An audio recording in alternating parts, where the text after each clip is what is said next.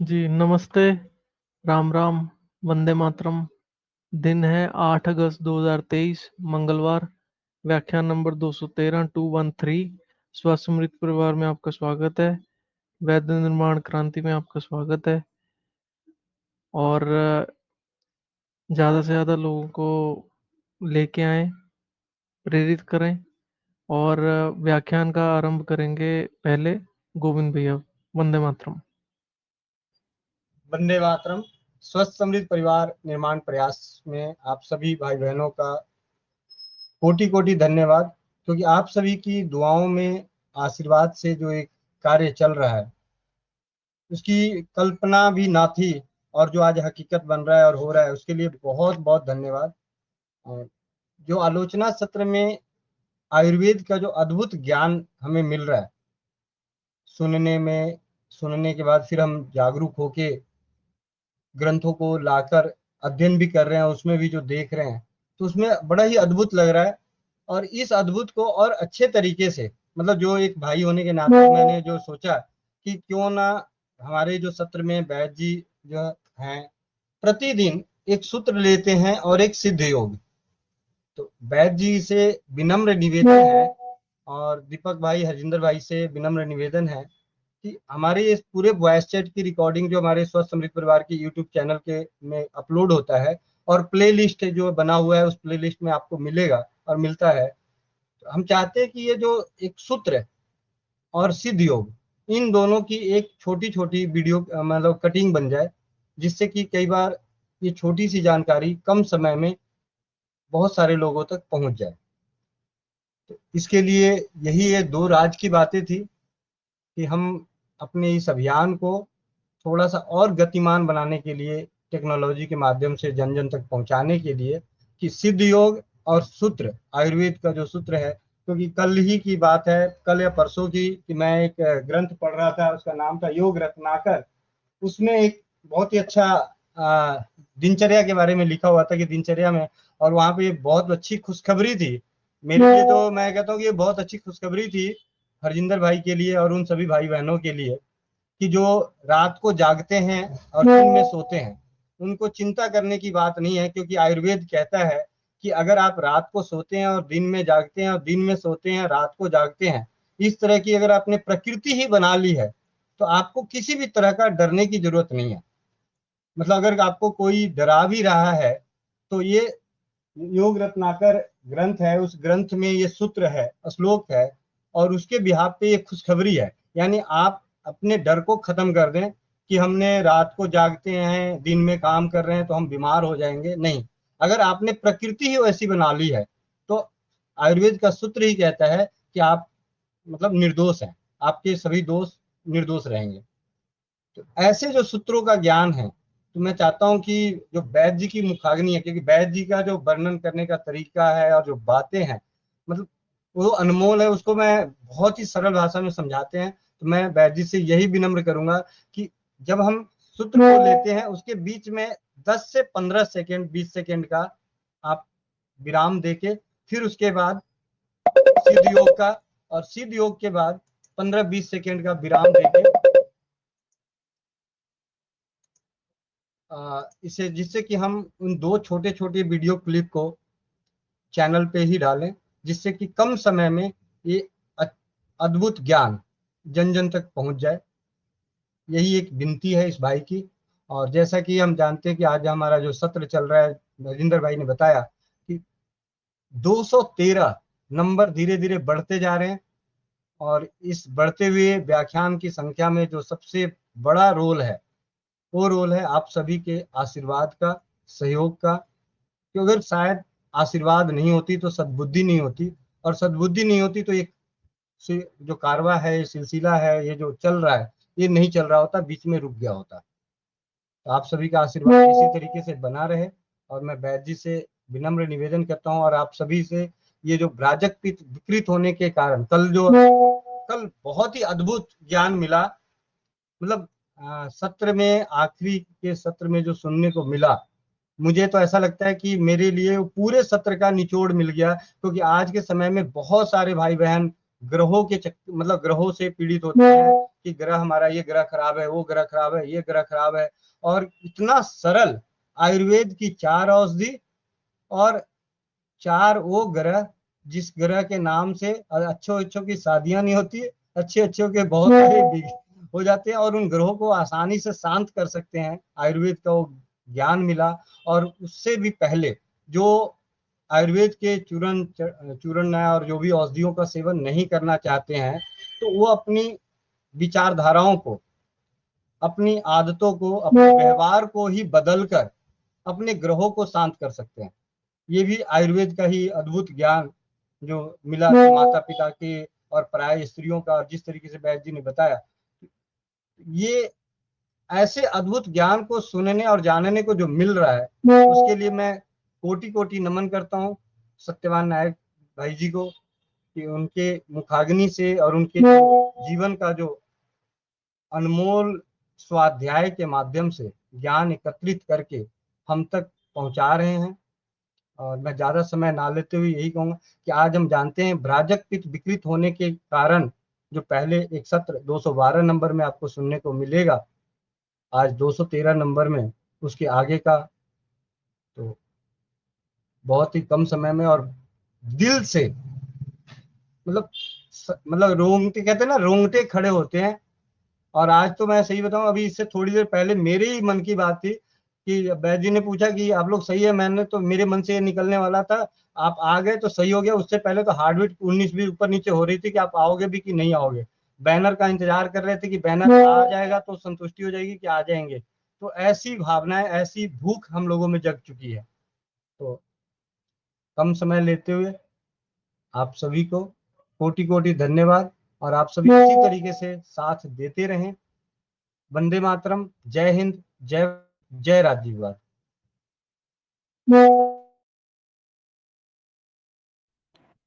जी, आप सभी का हृदय से धन्यवाद। और विशेष रूप से गोविंद भाई के, जो कि स्वस्थ समृद्ध परिवार के मुख्य संस्थापक, संचालक और समाज को एक नई दिशा देने दिखाने वाले आवाहक है। गोविंद भाई ने अभी जो कुछ भी कहा है, वो केवल स्नेह बस और स्नेह प्रेम आदर बस कहा है।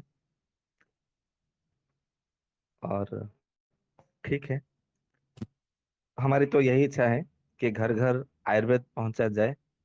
आयुर्वेद यानी कि ऐसा नहीं कि बटी गुटी पहुंच जाए। आयुर्वेद पहुंच जाए इसका अर्थ ये नहीं कि केवल चिकित्सा पहुंचे, वो नहीं। क्योंकि आयुर्वेद का मुख्य सूत्र है, जो कि चिकित्सा, चरक जी ने कहा है, सुश्रुत जी ने कहा है, स्वस्थ से स्वास्थ्य रक्षणम। पहले आप स्वस्थ रहे, कभी रोगी बनने का प्रयास ही ना करें। ये चरक जी, सुश्रुत जी, सभी ग्रंथकारों ने यही बताया है कि आप कभी बीमार ही ना पड़े। तो आप बताएंगे कि जब बीमार कोई पड़ेगा नहीं, तो वैद्य क्यों बनाए जा रहे हैं? वैद्य की फिर आवश्यकता क्या है? वैद्य की आवश्यकता इसीलिए है, जैसे कोई गाड़ी बना देते हैं, कोई गैरेज, कोई कंपनी वाले गाड़ी बना करके मैन्युफैक्चरिंग करके भेज देते हैं। फिर उनको मरम्मत करने के लिए भी तो कोई ना कहीं चाहिए होता है ना। उसको फिर यदि पार्ट टूट जाएगा, तो उसको फिर रिपेयरिंग के फिर नया नया पार्ट, अंग प्रत्यंग उसमें डालने के लिए आवश्यकता होती है। तो इसी के आधार पर जो है, या तो सर्विसिंग करने के लिए गैरेज वालों के पास में आएंगे, तो उस समय इंजन के लिए ऑयल की भी आवश्यकता है, अन्य अन्य अवयव को भी आवश्यकता पड़ेगी। इसी प्रकार से वैद्यों को रसायन चिकित्सा और पंचकर्म चिकित्सा के ऊपर अधिक गुरुत्व देना चाहिए। केवल आप यदि दो चिकित्सा को यदि लेकर के चलते हैं, पंचकर्म चिकित्सा, पंचकर्म यानी कि वो प्रकार कोई चिकित्सा नहीं है, वो तो पूरा समय का शोधन है। मन का शोधन है, तन का शोधन है, विचार का शोधन है, आचरण का शोधन है। तो इस प्रकार से वो शोधन प्रक्रिया है। तो शोधन प्रक्रिया के लिए यदि सिद्ध हस्त हो गए, तो फिर आपको तो पानी पीने के लिए भी समय नहीं मिलेगा। इतना गर्दे, मतलब काम काम, दिन काम ही लगा रहेगा। आपको फुर्सत ही नहीं मिलेगा, विश्राम करने के लिए भी नहीं मिलेगा। और रसायन, हर किसी को रसायन के सेवन की आवश्यकता है, जिससे कि वो सदा तन से, मन से, विचार से स्वस्थ रहे और सुदृढ़ रहे, संकल्प रहे, दृढ़वान रहे। इसके लिए परम आवश्यक है। केवल ये दो चिकित्सा के ऊपर का यदि हम सभी लोगों ने, वैद्यों ने यदि ध्यान दे दिया, तो फिर उसका बेड़ा पार हो गया, और कोई चिकित्सा नहीं है। परंतु वर्तमान के समय में रसायन चिकित्सा और पंचकर्म चिकित्सा को यदि हम ध्यान देंगे, तो वो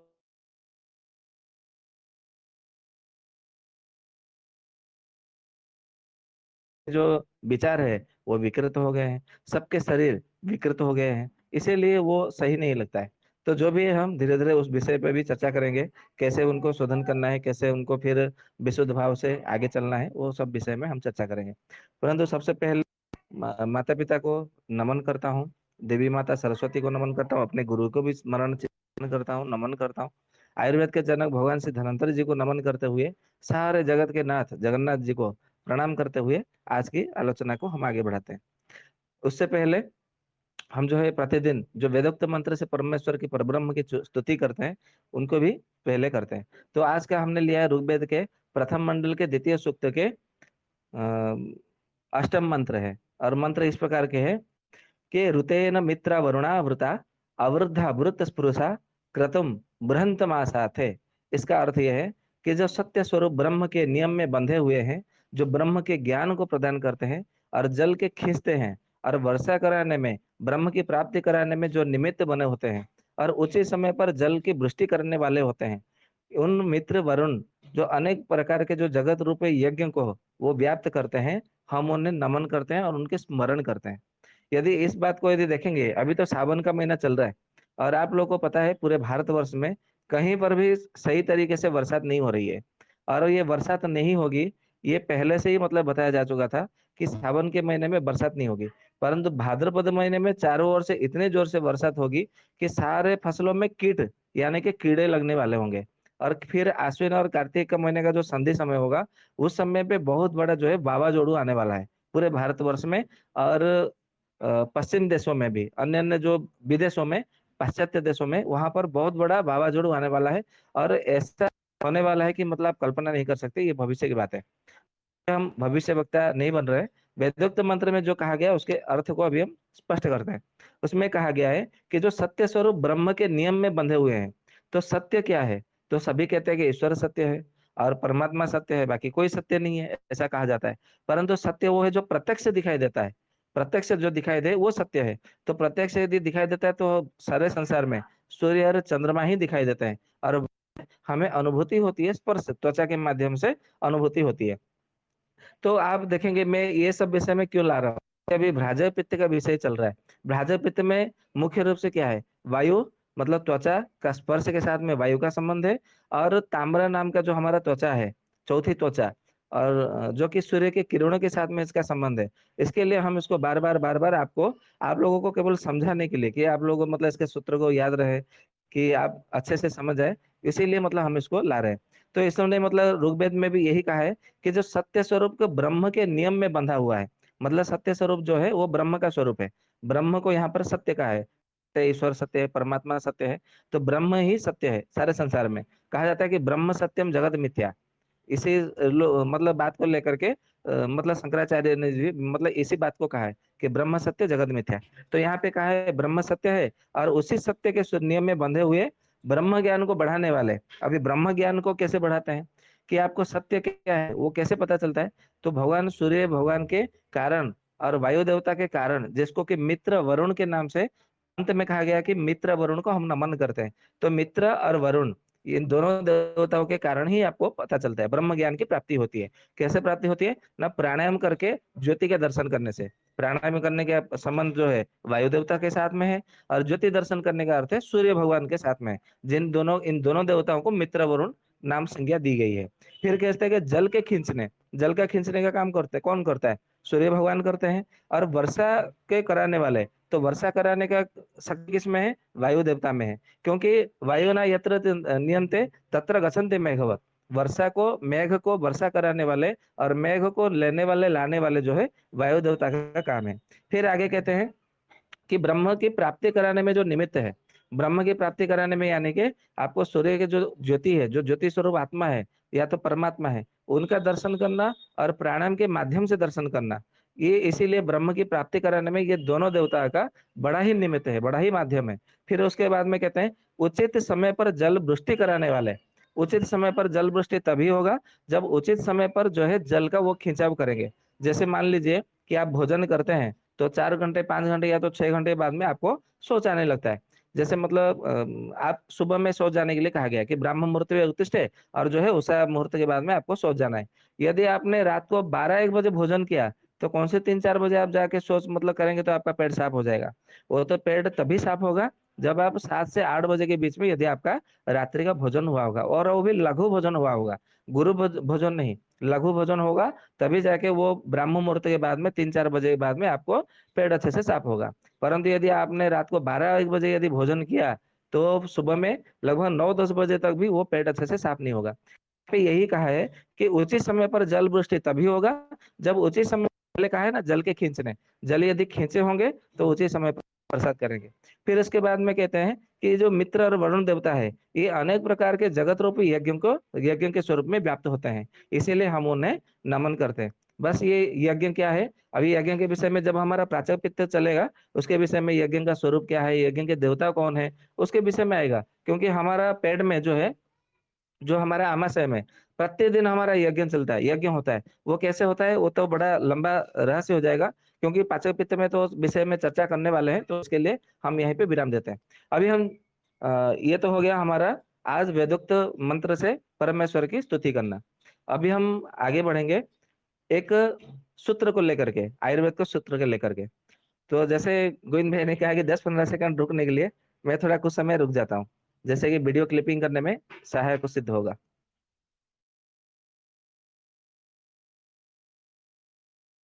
ठीक है, आप सभी को राम राम। आज जो भ्राजक पित्त के ऊपर जो पित्त विकृत होने के कारण दूसरा भाग चल रहा है, द्वितीय भाग, ऐसे तो ये 18वां भाग है, परंतु इसके साथ में आयुर्वेद का क्या संबंध है, क्या रहस्य है, इसको लेकर के हम अभी चर्चा करते हैं। आप लोगों को मालूम है कि कल हमने संहिता का, हेमद्रि के जो टीका चरक संहिता का, उसमें से एक सूत्र लिया था आयुर्वेद का। तो आज भी भ्राजक पित्त के संबंध में जो संबंध है, जो सूत्र, उन उसे सूत्र को लिया है। और सूत्र जो है इस प्रकार से है: बाला तपः प्रेत धूमो वृद्धा स्त्री पिल्लरोदकम आयुष्य नाशकम नित्यम रात्रो दधि अन्न सेवनम। जैसे कि भ्राजक पित्त क्यों विकृत होता है, कल के सूत्र में आपको पता है कि हम रात को यदि दधी यानी कि दही का सेवन करते हैं तो हमारा भ्राजक पित्त विकृत होता है। और वैसे वही इसी बात को आज के सूत्र में हम देखते पढ़ने को सुनते मिलता है। सबसे पहले कहा गया है बाला तपः, यानी कि जो सूर्य उदय के समय, उदयकालीन सूर्य का जो किरण को अपने सामने से ग्रहण करते हैं।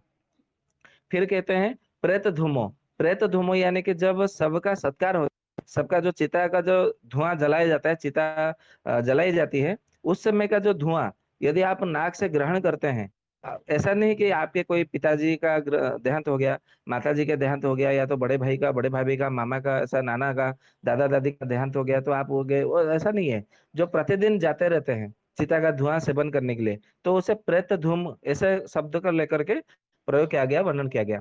फिर आयु से बढ़े मतलब अधिक आयु वाले स्त्री के साथ में विवाह करते हैं और उसके साथ में समागम करके अपना संतान उत्पन्न करते हैं, ऐसे व्यक्तियों का। और फिर कहते हैं कि पिल्लरोदकम, पिल्लरोदकम यानी के पिल्लर उदकम, पिल्लर यानी के जो बंधा हुआ, उदक यानी के पानी का एक दूसरा नाम है उदक। तो बंधा हुआ पानी, जैसे मतलब जैसे कोई तालाब का पानी है वो बंधा हुआ है, या तो कोई नदी का पानी है और वो प्रवाहित ना होके किसी एक तट पर वो बंधा हुआ है, मतलब स्थिर है, तो ऐसे पानी को पिल्लर उदकम ये नाम से मतलब जाना जाता है कि पिल्ल बंधा हुआ पानी। जैसे आजकल सबके घर में टंकी से पानी पहुंचाया जा रहा है, तो पिल्लर उदकम है, पिल्लर उदकम है। फिर उसके बाद में कहते हैं कि नित्यम रात्रो दधि अन्न सेवनम, यदि जो प्रतिदिन रात्र में दधी अन्न का सेवन करते हैं यानी कि दही का सेवन करते हैं, उनका धीरे धीरे धीरे जो है आयुष्य नाश हो जाता है। आयुष्य क्यों नाश होता है, क्योंकि उनका भ्राजक पित्त विकृत होता है।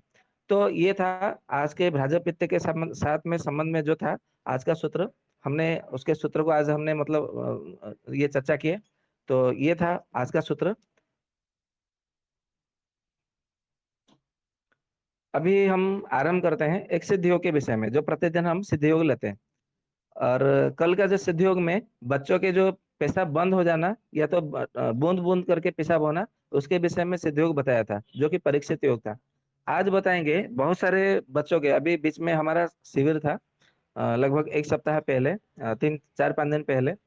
तो उसमें देखे बहुत सारे बच्चे ऐसे आए जिनको कि जो कृमि, किसी को 3 साल से कृमि है यानी कि पेट में कीड़े हैं, किसी को 7 साल से कृमि है, कोई बोलता है कि मेरा तो इसका मेरे बच्चे का बचपन से इसको जन्मजात से ये कीड़ा है। मैं स्वयं मतलब आशा कर्मी हूँ, आंगनबाड़ी में कर्मरत हूँ, कार्यरत हूँ। तो वहां से तो मिलता है सरकारी में से कोई ऐसा मुफ्त में मिल जाता है फ्री वाला।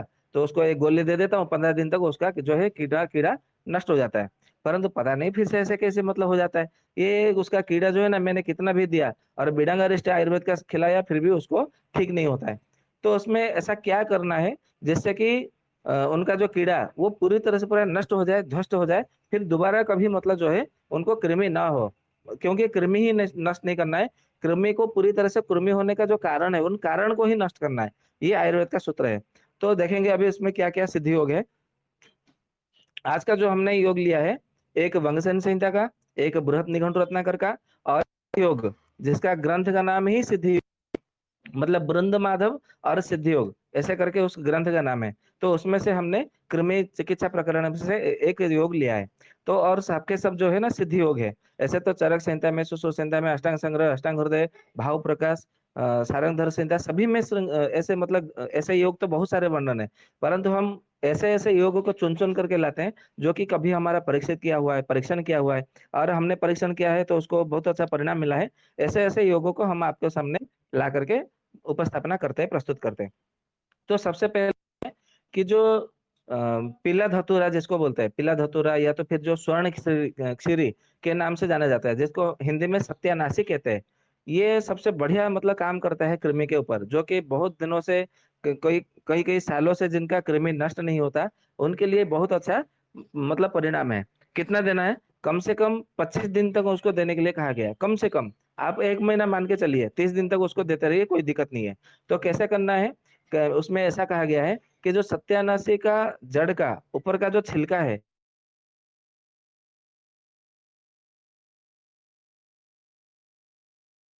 एक में को निश्चित रूप से आपको मतलब मिलेगा, मैदान में ही आपको मिल जाएंगे। ये सत्यानाशी का पौधा आपको मिल जाएगा। तो सत्यानाशी का जड़ का जो छिलका वो लाना है आपको 2 तोला। 2 तोला की मात्रा है, उसको मात्रा को पूरी तरह से आप याद रख लीजिए। फिर उसके बाद में क्या करना है?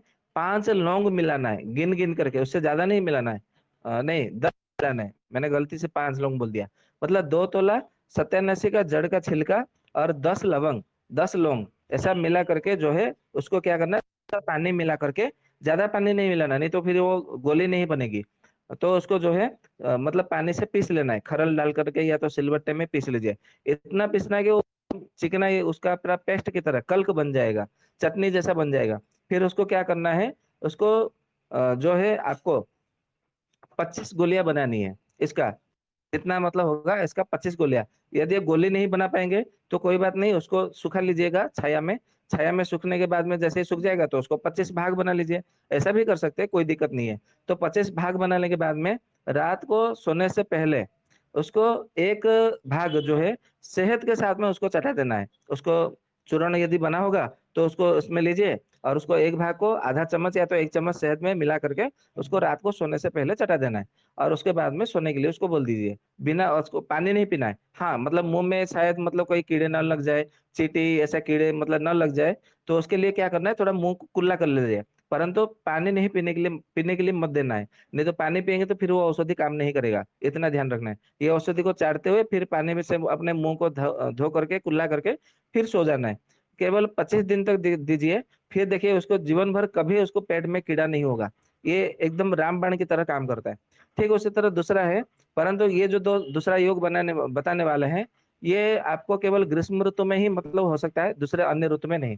क्योंकि ये अनानास से संबंध है। मतलब अनानास जो है उसको खाने के लिए देना है, सेंधा नमक के साथ में उसको खाने के लिए देना है।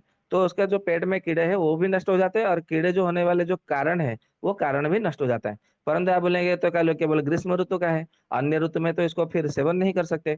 तो फिर अनानास के ऊपर जब हमारा सत्र हुआ था तो उसमें हमने बताया था कि उसका जो पके हुए जो पत्ते हैं, अनानास के पेड़ के जो पत्ते हैं, तो उसका पका हुआ पत्ता यदि मतलब पीला पीला रंग का पत्ता यदि आपको मिलेगा कहीं से, तो वो लेके आ जाइए और उसको कूट करके उसका रस निकालिए। कितनी मात्रा में निकालना है? उसको 2 तोले की मात्रा में रस निकालना है, यानी कि 20 ml ऐसा समझ के चलिए।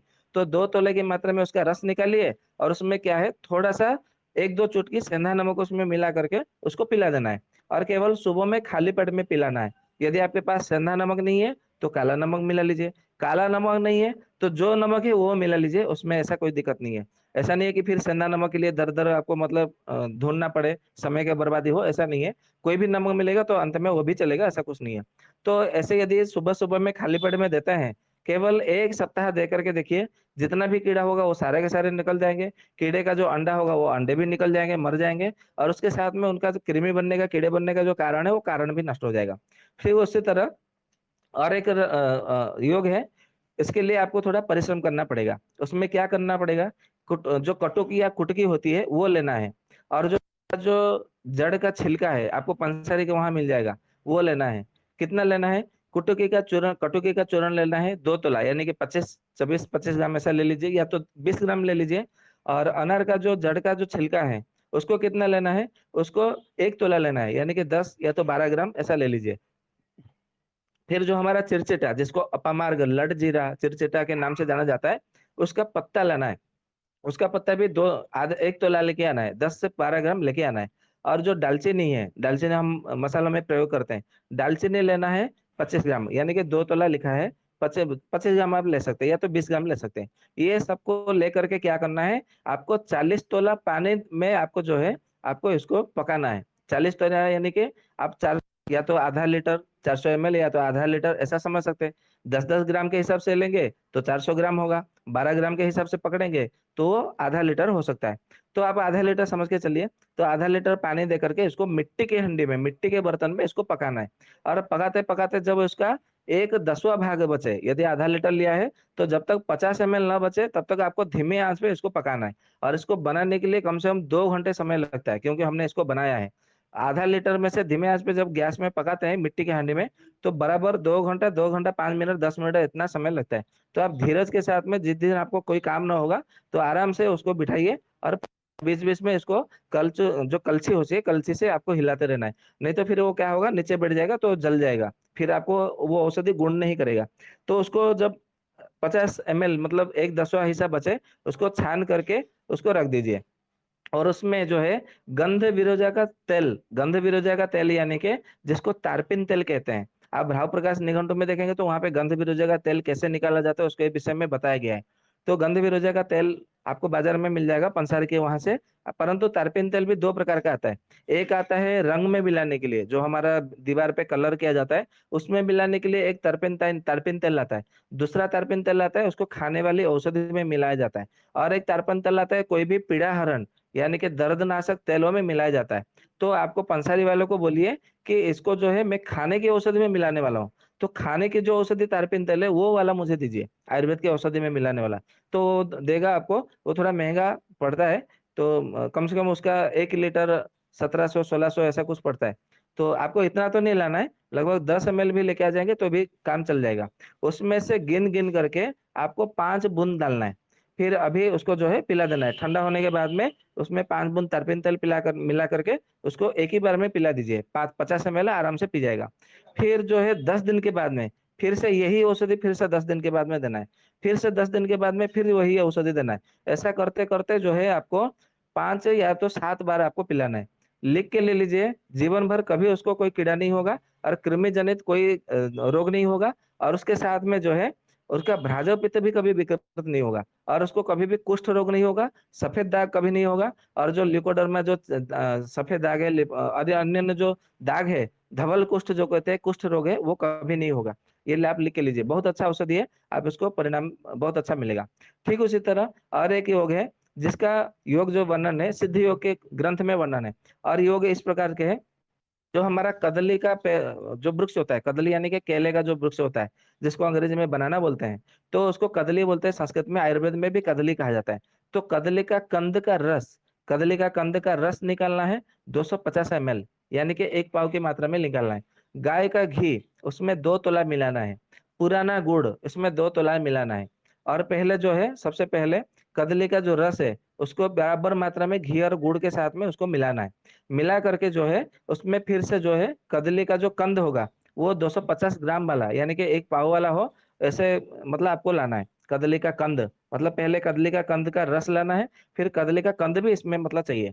तो उसको कदली का कंद को जो है छोटे छोटे टुकड़ों में आपको काट लेना है, जैसे हम कोई साग कांदा काटते हैं या तो कोई सब्जी काटते हैं, ऐसे आपको टुकड़े टुकड़े करके काट लेना है। और काट करके जिसमें कोई कलई किया गया हो, कलई किया गया जो बर्तन है, कलई क्या होता है, जो वंग होता है ना, वंग भस्म आयुर्वेद का जो होता है, वो वंग जो कहा जाता है, उसी को ही मतलब कहा जाता है कलई शुद्ध हिंदी में। और कलई यानी कि कोई दूसरा चीज नहीं होता है।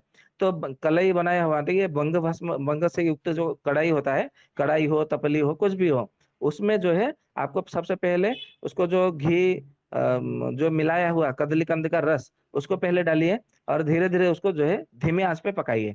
जब वो उसमें गर्म हो जाए तो उसमें जो आपने कदली का कंद यानी कि जो उसका जड़ को, मूल को आपने टुकड़े में खंड खंड करके काटे हैं, उसको डाल देना है। और धीरे धीरे जो है उसको मतलब भूनना है, गरम करना है। जो जैसे ही वो भूनता जाएगा, जब वो पूरी तरह से भून जाए, मतलब उसका जो कदली कंद का रस उसमें पूरा विलीन हो जाए, अवशोषित हो जाए, मतलब दिखाई ना दे कि हाँ इसमें कदली कंद का रस नहीं है, कैसे मालूम पड़ेगा?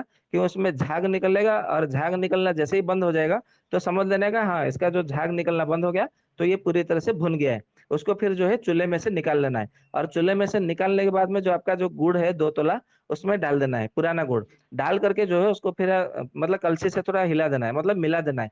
मिल जाने के बाद में उसको छोड़ दीजिए, उसके ऊपर कोई ढक्कन या तो प्लेट लगा करके उसको कम से कम आधा घंटा उसको छोड़ दीजिए। और आधा घंटा छोड़ने के बाद में जो है फिर से उसको मतलब थोड़ा गर्म करने के लिए दोबारा मतलब बिठा दीजिए चूल्हे के ऊपर। कितना बिठाना है? थोड़ा सा 15 मिनट के लिए बिठा दीजिए। 15 मिनट के लिए धीमी आंच पर केवल बिठाना है उसको, में उसमें कलछी फलछी कुछ चलाना नहीं है, हिलाना नहीं है। तो 15 मिनट के बाद में फिर से निकाल दीजिए और रख दीजिए। एकदम से उसको यदि बनाना हो तो लड्डू जैसा बना सकते हैं, एकदम मीठा कसेला ऐसा आपको मतलब मिलेगा। तो वो लड्डू, एक एक लड्डू जो है प्रतिदिन सुबह में खाली पेट में खाना है। केवल यदि 7 से 10 दिन तक यदि कोई खाता है या तो 11 दिन तक खाता है, तो उसका जब तक जिएगा, यदि ऐसा तो ग्रंथ में कहा गया है तो कोई लाखों वर्ष की उसकी आयु होगी, तो भी उसको जो है दोबारा अभी कभी उसको जो है पेट में कीड़े नहीं होंगे, और उसको कभी अजीर्ण और अग्निमांद्य का भी रोग नहीं होगा। ये उसका मतलब नियम है। और एक नियम ये है कि जब तक ये औषधियां यदि आप सेवन करते हैं, तब तक आपको मूंग दाल और पुराना चावल का खिचड़ी बना करके खाना चाहिए, दूसरा कोई चीजें आपको नहीं खाना चाहिए। कि यदि आप ये नियम मान के चलते हैं तो फिर जो है आपको कभी कोई दिक्कत नहीं होगा। और हाँ, यदि आपको कभी आधी रात के समय पेट के कीड़े के कारण यदि किसी बच्चे को दर्द हो रहा है पेट में, और वो रो रहा है, यदि आप उसको मतलब आपके पास में कोई वैद्य नहीं है, कोई फोन नहीं उठा पा रहे हैं, किसी के साथ में संपर्क नहीं हो पा रहा है, आपके पास कोई औषधि नहीं है, और आप जा भी नहीं सकते, आप अकेले घर में कोई महिला है, तो उसमें क्या करना है? घर में हमेशा शहद रखिएगा, मधु असली वाला। और उसमें क्या करना है? कम से कम 4 चम्मच 5 चम्मच जो है, थोड़ा सा मतलब एक कप पानी में, ठंडा मतलब मिट्टी के मटके का पानी हो तो बहुत बढ़िया है। तो उसके मिट्टी के मटके के पानी 1 कप में 4-5 चम्मच शहद मिला करके उसको पिला दीजिए। लगभग 5 मिनट के अंदर उसका जो पेट में दर्द हो रहा है कीड़े के कारण, वो पूरा शांत हो जाएगा।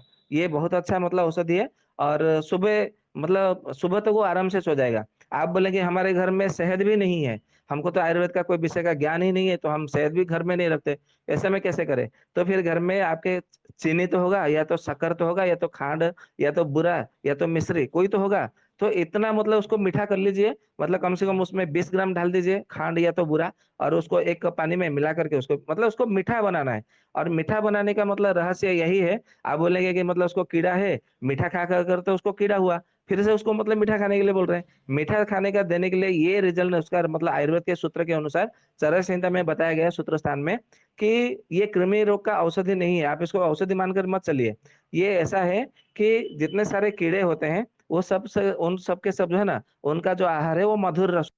तो मधुर रस जब जैसे ही उनको मिल जाता है, तो सारे कृमि जो है उनको भूख लगता है, तो वो अपने पैरों से रोनते हैं।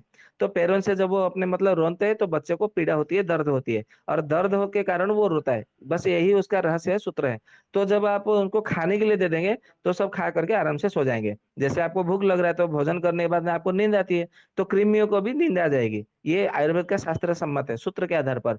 तो जैसे मतलब आप मधुर रस उसमें देते हैं, तो सबसे पहले मधु देने के लिए इसलिए कहा गया है, क्योंकि मधु से जो है विकृत कृमि और उत्पन्न नहीं होंगे, जितने कृमि उतने ही रहेंगे। परंतु आपके पास शहद नहीं है, तो मिश्री, खांड, बुरा या शक्कर देंगे, तो ये तो कृमि शांत हो जाएंगे, परंतु उसके बदले में नए नए कृमि भी उत्पन्न होंगे। इसीलिए सबसे पहले ये ध्यान रखिए कि शहद देना है, तो जो अभी जितने कृमि है उतने ही कृमि रहे और नए कृमि उत्पन्न न हो, बस यही उसका रहस्य, ये उसका सूत्र है। तो अभी हम अपने जो मुख्य विषय उसके ऊपर हम आगे बढ़ते हैं। आज का जो विषय हमने लिया हुआ है आयुर्वेद के विषय पर आलोचना सत्र में, भ्राजपित्त विकृत होने का कारण, द्वितीय भाग। अभी आप लोग सोच रहे होंगे मन में, कल तो प्रथम भाग संपन्न हो गया, सत्यवान जी ने कहा कि ये था भ्राजपित्त विकृत होने का कारण, तो फिर आज ये दूसरा भाग कहाँ से उत्पन्न हो गया? तो मैं उसका रहस्य भी मैं बता देता हूँ, बताने का उचित समझता हूँ। लगभग 3:30-4 बजे मुझे किसी का फोन आया, किसी का तो फोन आया, मैं किसी का इतना नाम याद नहीं रखता क्योंकि मेरे पास इतने नंबर सेव भी नहीं होते। फोन आया, बात किया, तो बस बात वहीं पे खत्म, जो बोलते हैं ना, रात गई बात गई। तो वो उन महानुभाव ने, महाशय ने ये कहा कि वेद जी हमारा एक अनुरोध है। तो बोला हाँ, अनुरोध क्यों? बोलिए निसंकोच भाव से, क्योंकि सत्यवान, अनुरोध करने की से आवश्यकता नहीं है, आप मुझे अपना भाई बंधु ऐसा समझ सकते हैं। तो निसंकोच भाव से कोई भी किसी को भी कोई मनसा हो, अभिलाषा हो, तो निसंकोच भाव से बता सकते हैं। किसी को अनुरोध करने की, अनुमति मांगने की, वो शब्द हमारे शब्दकोश में है ही नहीं। ये हमने पहले सत्र से ही बता रखा है। तो जैसे हमने बोला उनको कि आप निसंकोच बोलिए, बोले कि आपने कल सत्र में ये बताया कि जब मन विकार होता है, मानसिक विकार, काम क्रोध लोभ मोह मद आचर अहंकार, ये सब से जब मतलब ग्रसित हो जाता है, विकृत होता है, तो भ्राजपित्त विकृत होता है। फिर आपने ये कहा कि जब स्त्रियां महिलाएं तो मेहंदी लगाते हैं, या तो फिर वो जो विभिन्न प्रकार के नाखून छोड़ते हैं, तो ऐसे में भी भ्राजपित्त विकृत होता है, वो आपने कहा। तो हमारा विनय अनुरोध है, यदि इसका मन के साथ में थोड़ा कुछ संबंध है, गहरा संबंध, तो मन के ऊपर थोड़ा लेकर के आप भ्राजपित्त विषय में थोड़ा हमें अवगत कराइए और अच्छे से मतलब समझाइए कि हमारा मन को कैसे विकृत करता है, और कैसे मन को विकृत होने बाद में मानसिक विकृत होकर के हमारा भ्राजपित्त विकृत होता है। तो उसे अवश्य मतलब उपस्थापना करिए। तो हमने बोला चलो इतनी सी बात है तो कर देंगे, कोई दिक्कत नहीं है। तो आज हमने जो लिया है, मन से ग्रसित होकर के कैसे भ्राजपित्त विकृत होता है, ये हमने मतलब आज का विषय चुना है। हो सकता है आज एक ही दिन में ये पूरा सत्र समापन न हो सके, तो हो सकता है ये इसका तीसरा भाग भी चल सकता है। तो जो भी है, हमने आज इसको लेने के लिए कहा है। तो सबसे पहले देखते हैं, चर्चा करते हैं कि जो हमारा मन जो है, जब हमारा मन विकृत होता है, तो कैसे हमारा मन को ये विकृत करता है, ये हमें मतलब जानना है। तो इसके लिए मैं आप लोगों को कुछ उपनिषदों के और कुछ दर्शन शास्त्र के भी मैं इसको कुछ प्रमाण देने का आवश्यक समझता हूँ। हालांकि मैं वो मंत्र को अभी मैंने याद नहीं किया है, परंतु मैं उसका सूत्र आपको बताता हूँ। और ये जो मैं आपको बताने वाला हूँ, जो बताने वाले हैं हम, तो वो सब आपको प्रमाण यदि देखेंगे तो उन ग्रंथों में आपको मिलेगा, अवश्य मिलेगा, इसमें कोई दो मत नहीं है। तो सबसे पहले हम बात करते हैं न्याय दर्शन की। न्याय दर्शन में यदि देखेंगे तो उसमें बहुत अच्छा इसमें बताया गया है। क्या बताया गया है? कहा गया है कि जो मन है, हमारा मन जो है, हमारा शरीर के साथ में गहरा संबंध है, ऐसा न्याय दर्शन में कहते हैं। क्योंकि हमारा मानसिक भ्रष्ट, जो हमारा भ्राजपित्त यानी कि पूरा हमारा शरीर से व्याप्त है, जैसे आसमान सारे जगत में व्याप्त है। तो हमें ये मन को विषय में भी सबसे पहले जानना पड़ेगा, क्योंकि उनका प्रश्न ये था कि मन विकृत होने से भ्राजपित्त कैसे विकृत होता है। तो सबसे पहले मन के विषय में तो पूरा चर्चा नहीं करेंगे, क्योंकि ये पाचक पित्त के बाद में मन के विषय में आएगा, तो वो हमारा अलग से विषय रहेगा। परंतु भ्राजपित्त के साथ में जितना संबंध है, हम उतने ही विषय में हम यहाँ पे चर्चा करेंगे। तो सबसे पहले ये जान लीजिए कि मन विकृत कैसे होता है। तो न्याय दर्शन में न्याय दर्शनकार कहते हैं कि जो ज्ञान के, जिनके मन में ज्ञान का उत्पत्ति नहीं होता है, या तो किसी भी ज्ञान ज्ञान को, जो जितने प्रकार के ज्ञान है, चाहे आत्मज्ञान है, ब्रह्म ज्ञान है, तत्व ज्ञान है, विद्या है, जितने प्रकार के जो सद ज्ञान है, यदि उन ज्ञानों को संग्रह करने की या तो समझने के जो प्रयास नहीं करते हैं, उनका मन विकृत होता है। ये पहला कारण है, पहला रहस्य है। ये मैं न्याय दर्शन के आधार पर बता रहा हूँ। अभी आप ये मत पूछिएगा ये आयुर्वेद में लिखा है, दर्शन शास्त्र में क्यों लिखा है। मैंने इसका रहस्य पहले भी इसलिए बताया है कि आयुर्वेद से ही सभी शास्त्र निकले हुए हैं, और इसका मैं प्रमाण आपको पाचक पित्त में दूंगा कि कैसे है, क्या है, वो सब मतलब प्रमाण मिलेगा। उसके बाद में कहते हैं, न्याय दर्शन में ही लिखा हुआ है कि हमारा शरीर में जो वेदना है, जो हमें प्राप्त होता है, तो वो वेदना यानी कि जो सुख और दुख की जो अनुभव कराने वाला है, ये मन ही कराता है। क्योंकि शरीर को कभी पीड़ा नहीं होती। यदि शरीर का एक अंग काट भी दिया जाए तो भी आपको पीड़ा नहीं होगा।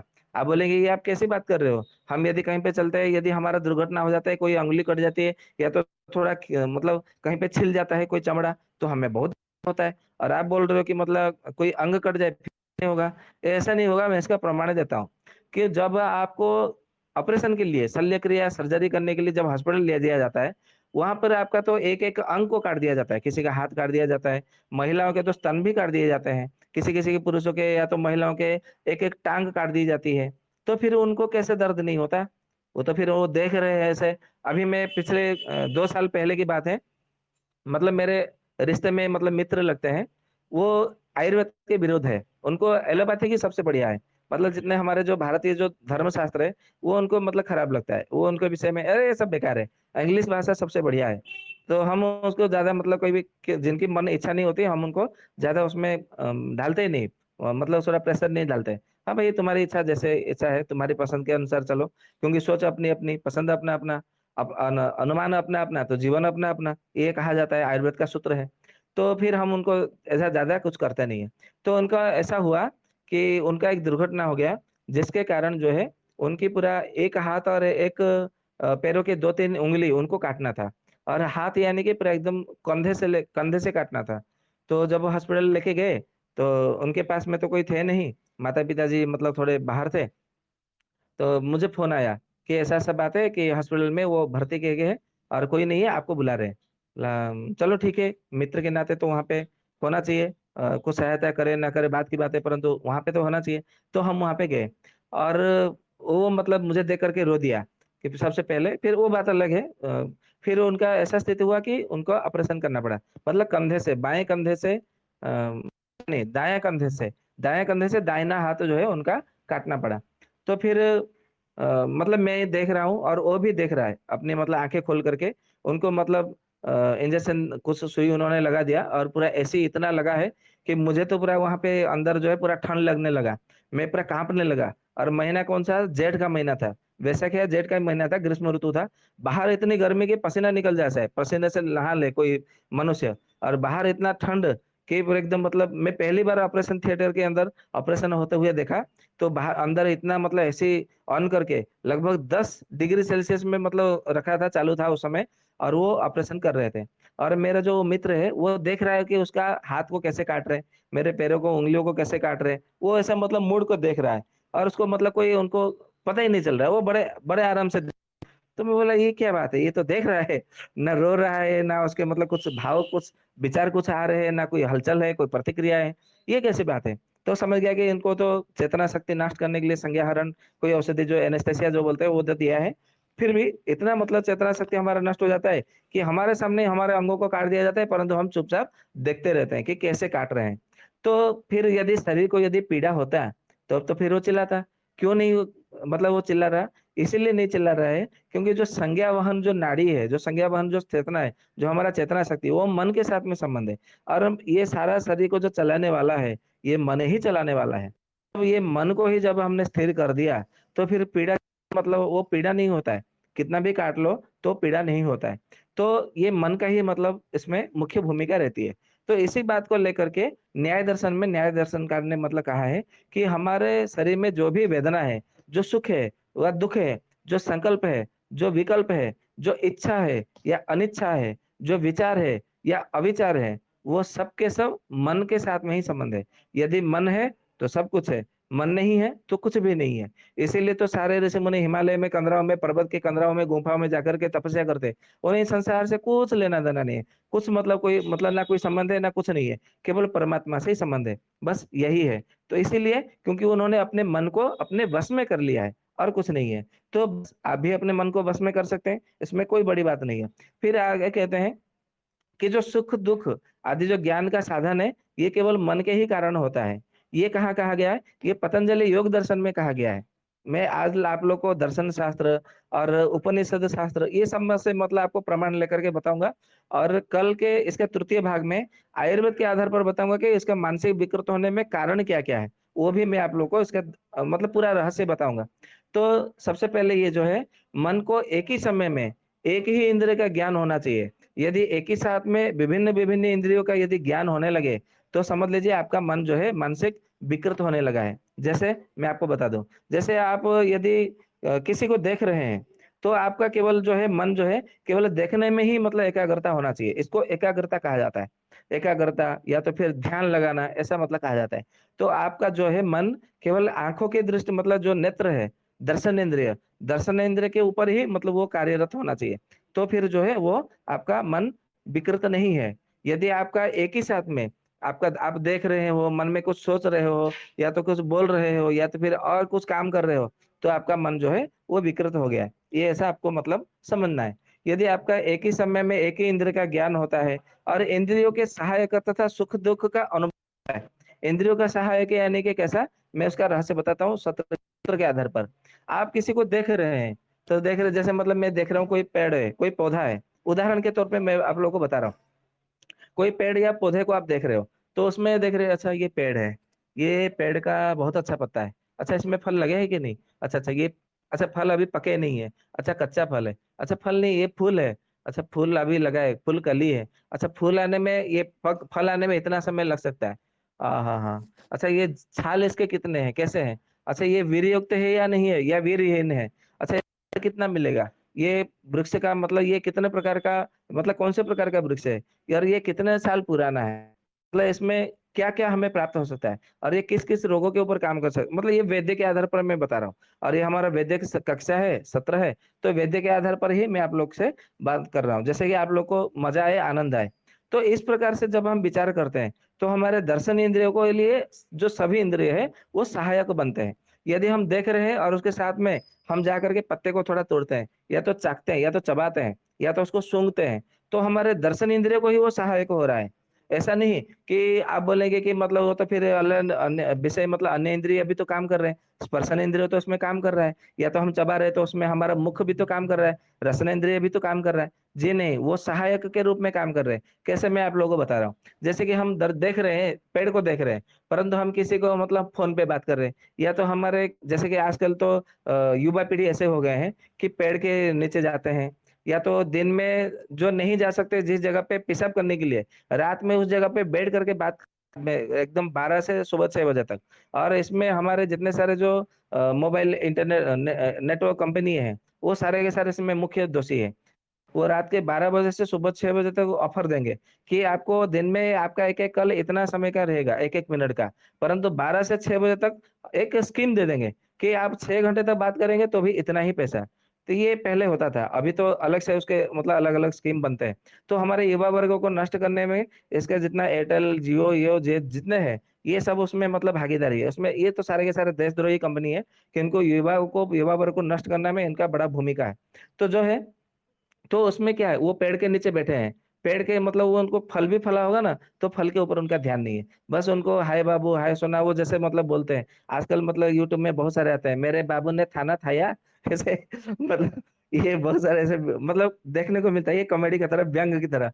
तो जो भी है, ये उनका अलग विचार विषय का मतलब बात चल रही है, मतलब उनका जो रसन इंद्रिय है वो अलग विषय पे चल रही है, और उनका जो कान यानी कि श्रवण इंद्रिय है वो भी अलग विषय पे उनका मतलब चल रहा है। और उनके मन में क्या-क्या चल रहा होगा आप कल्पना भी नहीं कर सकते। तो उनके जितने सारे इंद्रिय हैं, सब पृथक-पृथक दिशाओं में काम कर रहे हैं। तो फिर उनका मानसिक विकृत होता है, नहीं होता है? आप ये भी सही, इसी उदाहरण से आप समझ सकते हैं।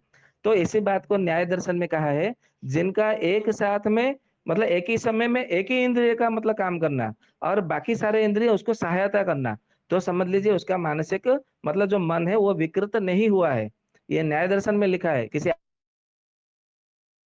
ग्रंथ में भी है, चरक संहिता में भी है, सुश्रुत संहिता में ही है, परंतु वो इतना विस्तार से नहीं बताया। ये सूत्र जितना आपको मजा मजा लगेगा, आनंद आएगा, वो आयुर्वेद के सूत्र आपको इतना मजा आनंद नहीं आएगा। इसलिए मैं आपको दर्शन शास्त्र के आधार पर बता रहा हूँ।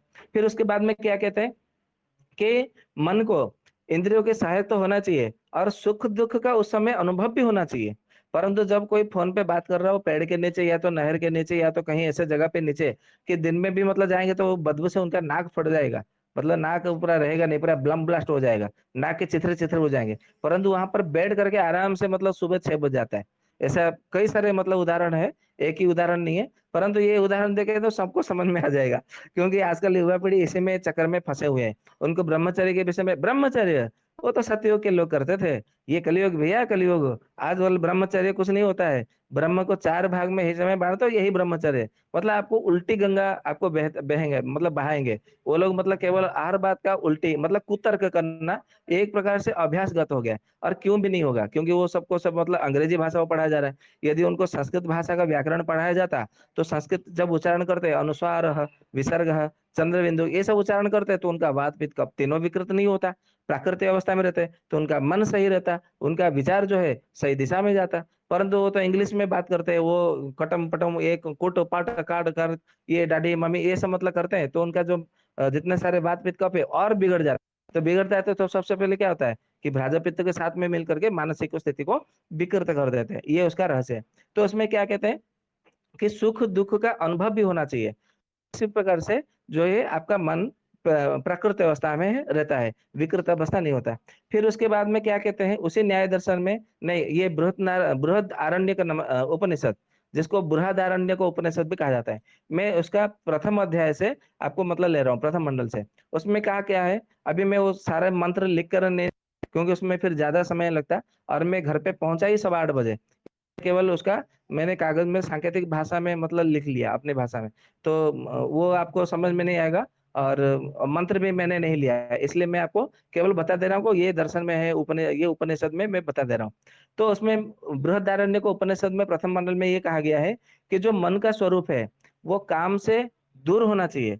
जो आजकल जो मतलब जितने सारे काम किया, विभिन्न प्रकार के जो आप अपने मन में कामना करते हैं, कामना का अर्थ है नहीं केवल मतलब उपभोग करना समागम करना, ये नहीं है। कुछ भी कि मेरे बैंक में मैं करोड़पति कैसे बनूं, मेरे घर में ये इतने इंच का एलईडी कब आएगा, मुझे वो करिश्मा गाड़ी कब खरीदनी है, मुझे वो बुलेट गाड़ी कब खरीदनी है, मेरे घर में बीएमडब्ल्यू मेरे घर बंगले के सामने कब खड़ा होगा, और मैं दुनिया का मतलब मेरा सैर कैसे करूं, मैं जितने सारे दुबई स्विट्जरलैंड और क्या बोलते हैं उसको मैं याद नहीं आ रहा है। मतलब जितने सारे जो बाहर जाते हैं ना घूमने के लिए, पोलैंड पोलैंड और क्या है जो भी है, जो विदेशों में घूमने के लिए जाते हैं, जो वर्ल्ड सैर पृथ्वी को मतलब सैर करने ब्रह्मांड सैर करने के लिए जो जाते हैं। तो इससे जितने सारे जो प्रकार के तरह तरह के जो भावनाएं हैं, तो वो सब जो है उनका मन विकृत हो जाता है। मतलब जो दूर है, दूर नहीं है, काम से बंधा हुआ है, उनका मन सदा विकृत होता है। और क्योंकि उनका जब कामना से वसित हो, तो वो कभी संतुष्ट नहीं रहेंगे, सदा असंतुष्ट रहेंगे। और कहा जाता है कि संतोष परमम सुखम। और जो संतोष नहीं है वो सदा दुखी रहता है, वो उसका जीवन पूरा दुख से ही गुजरता है, बीतता है।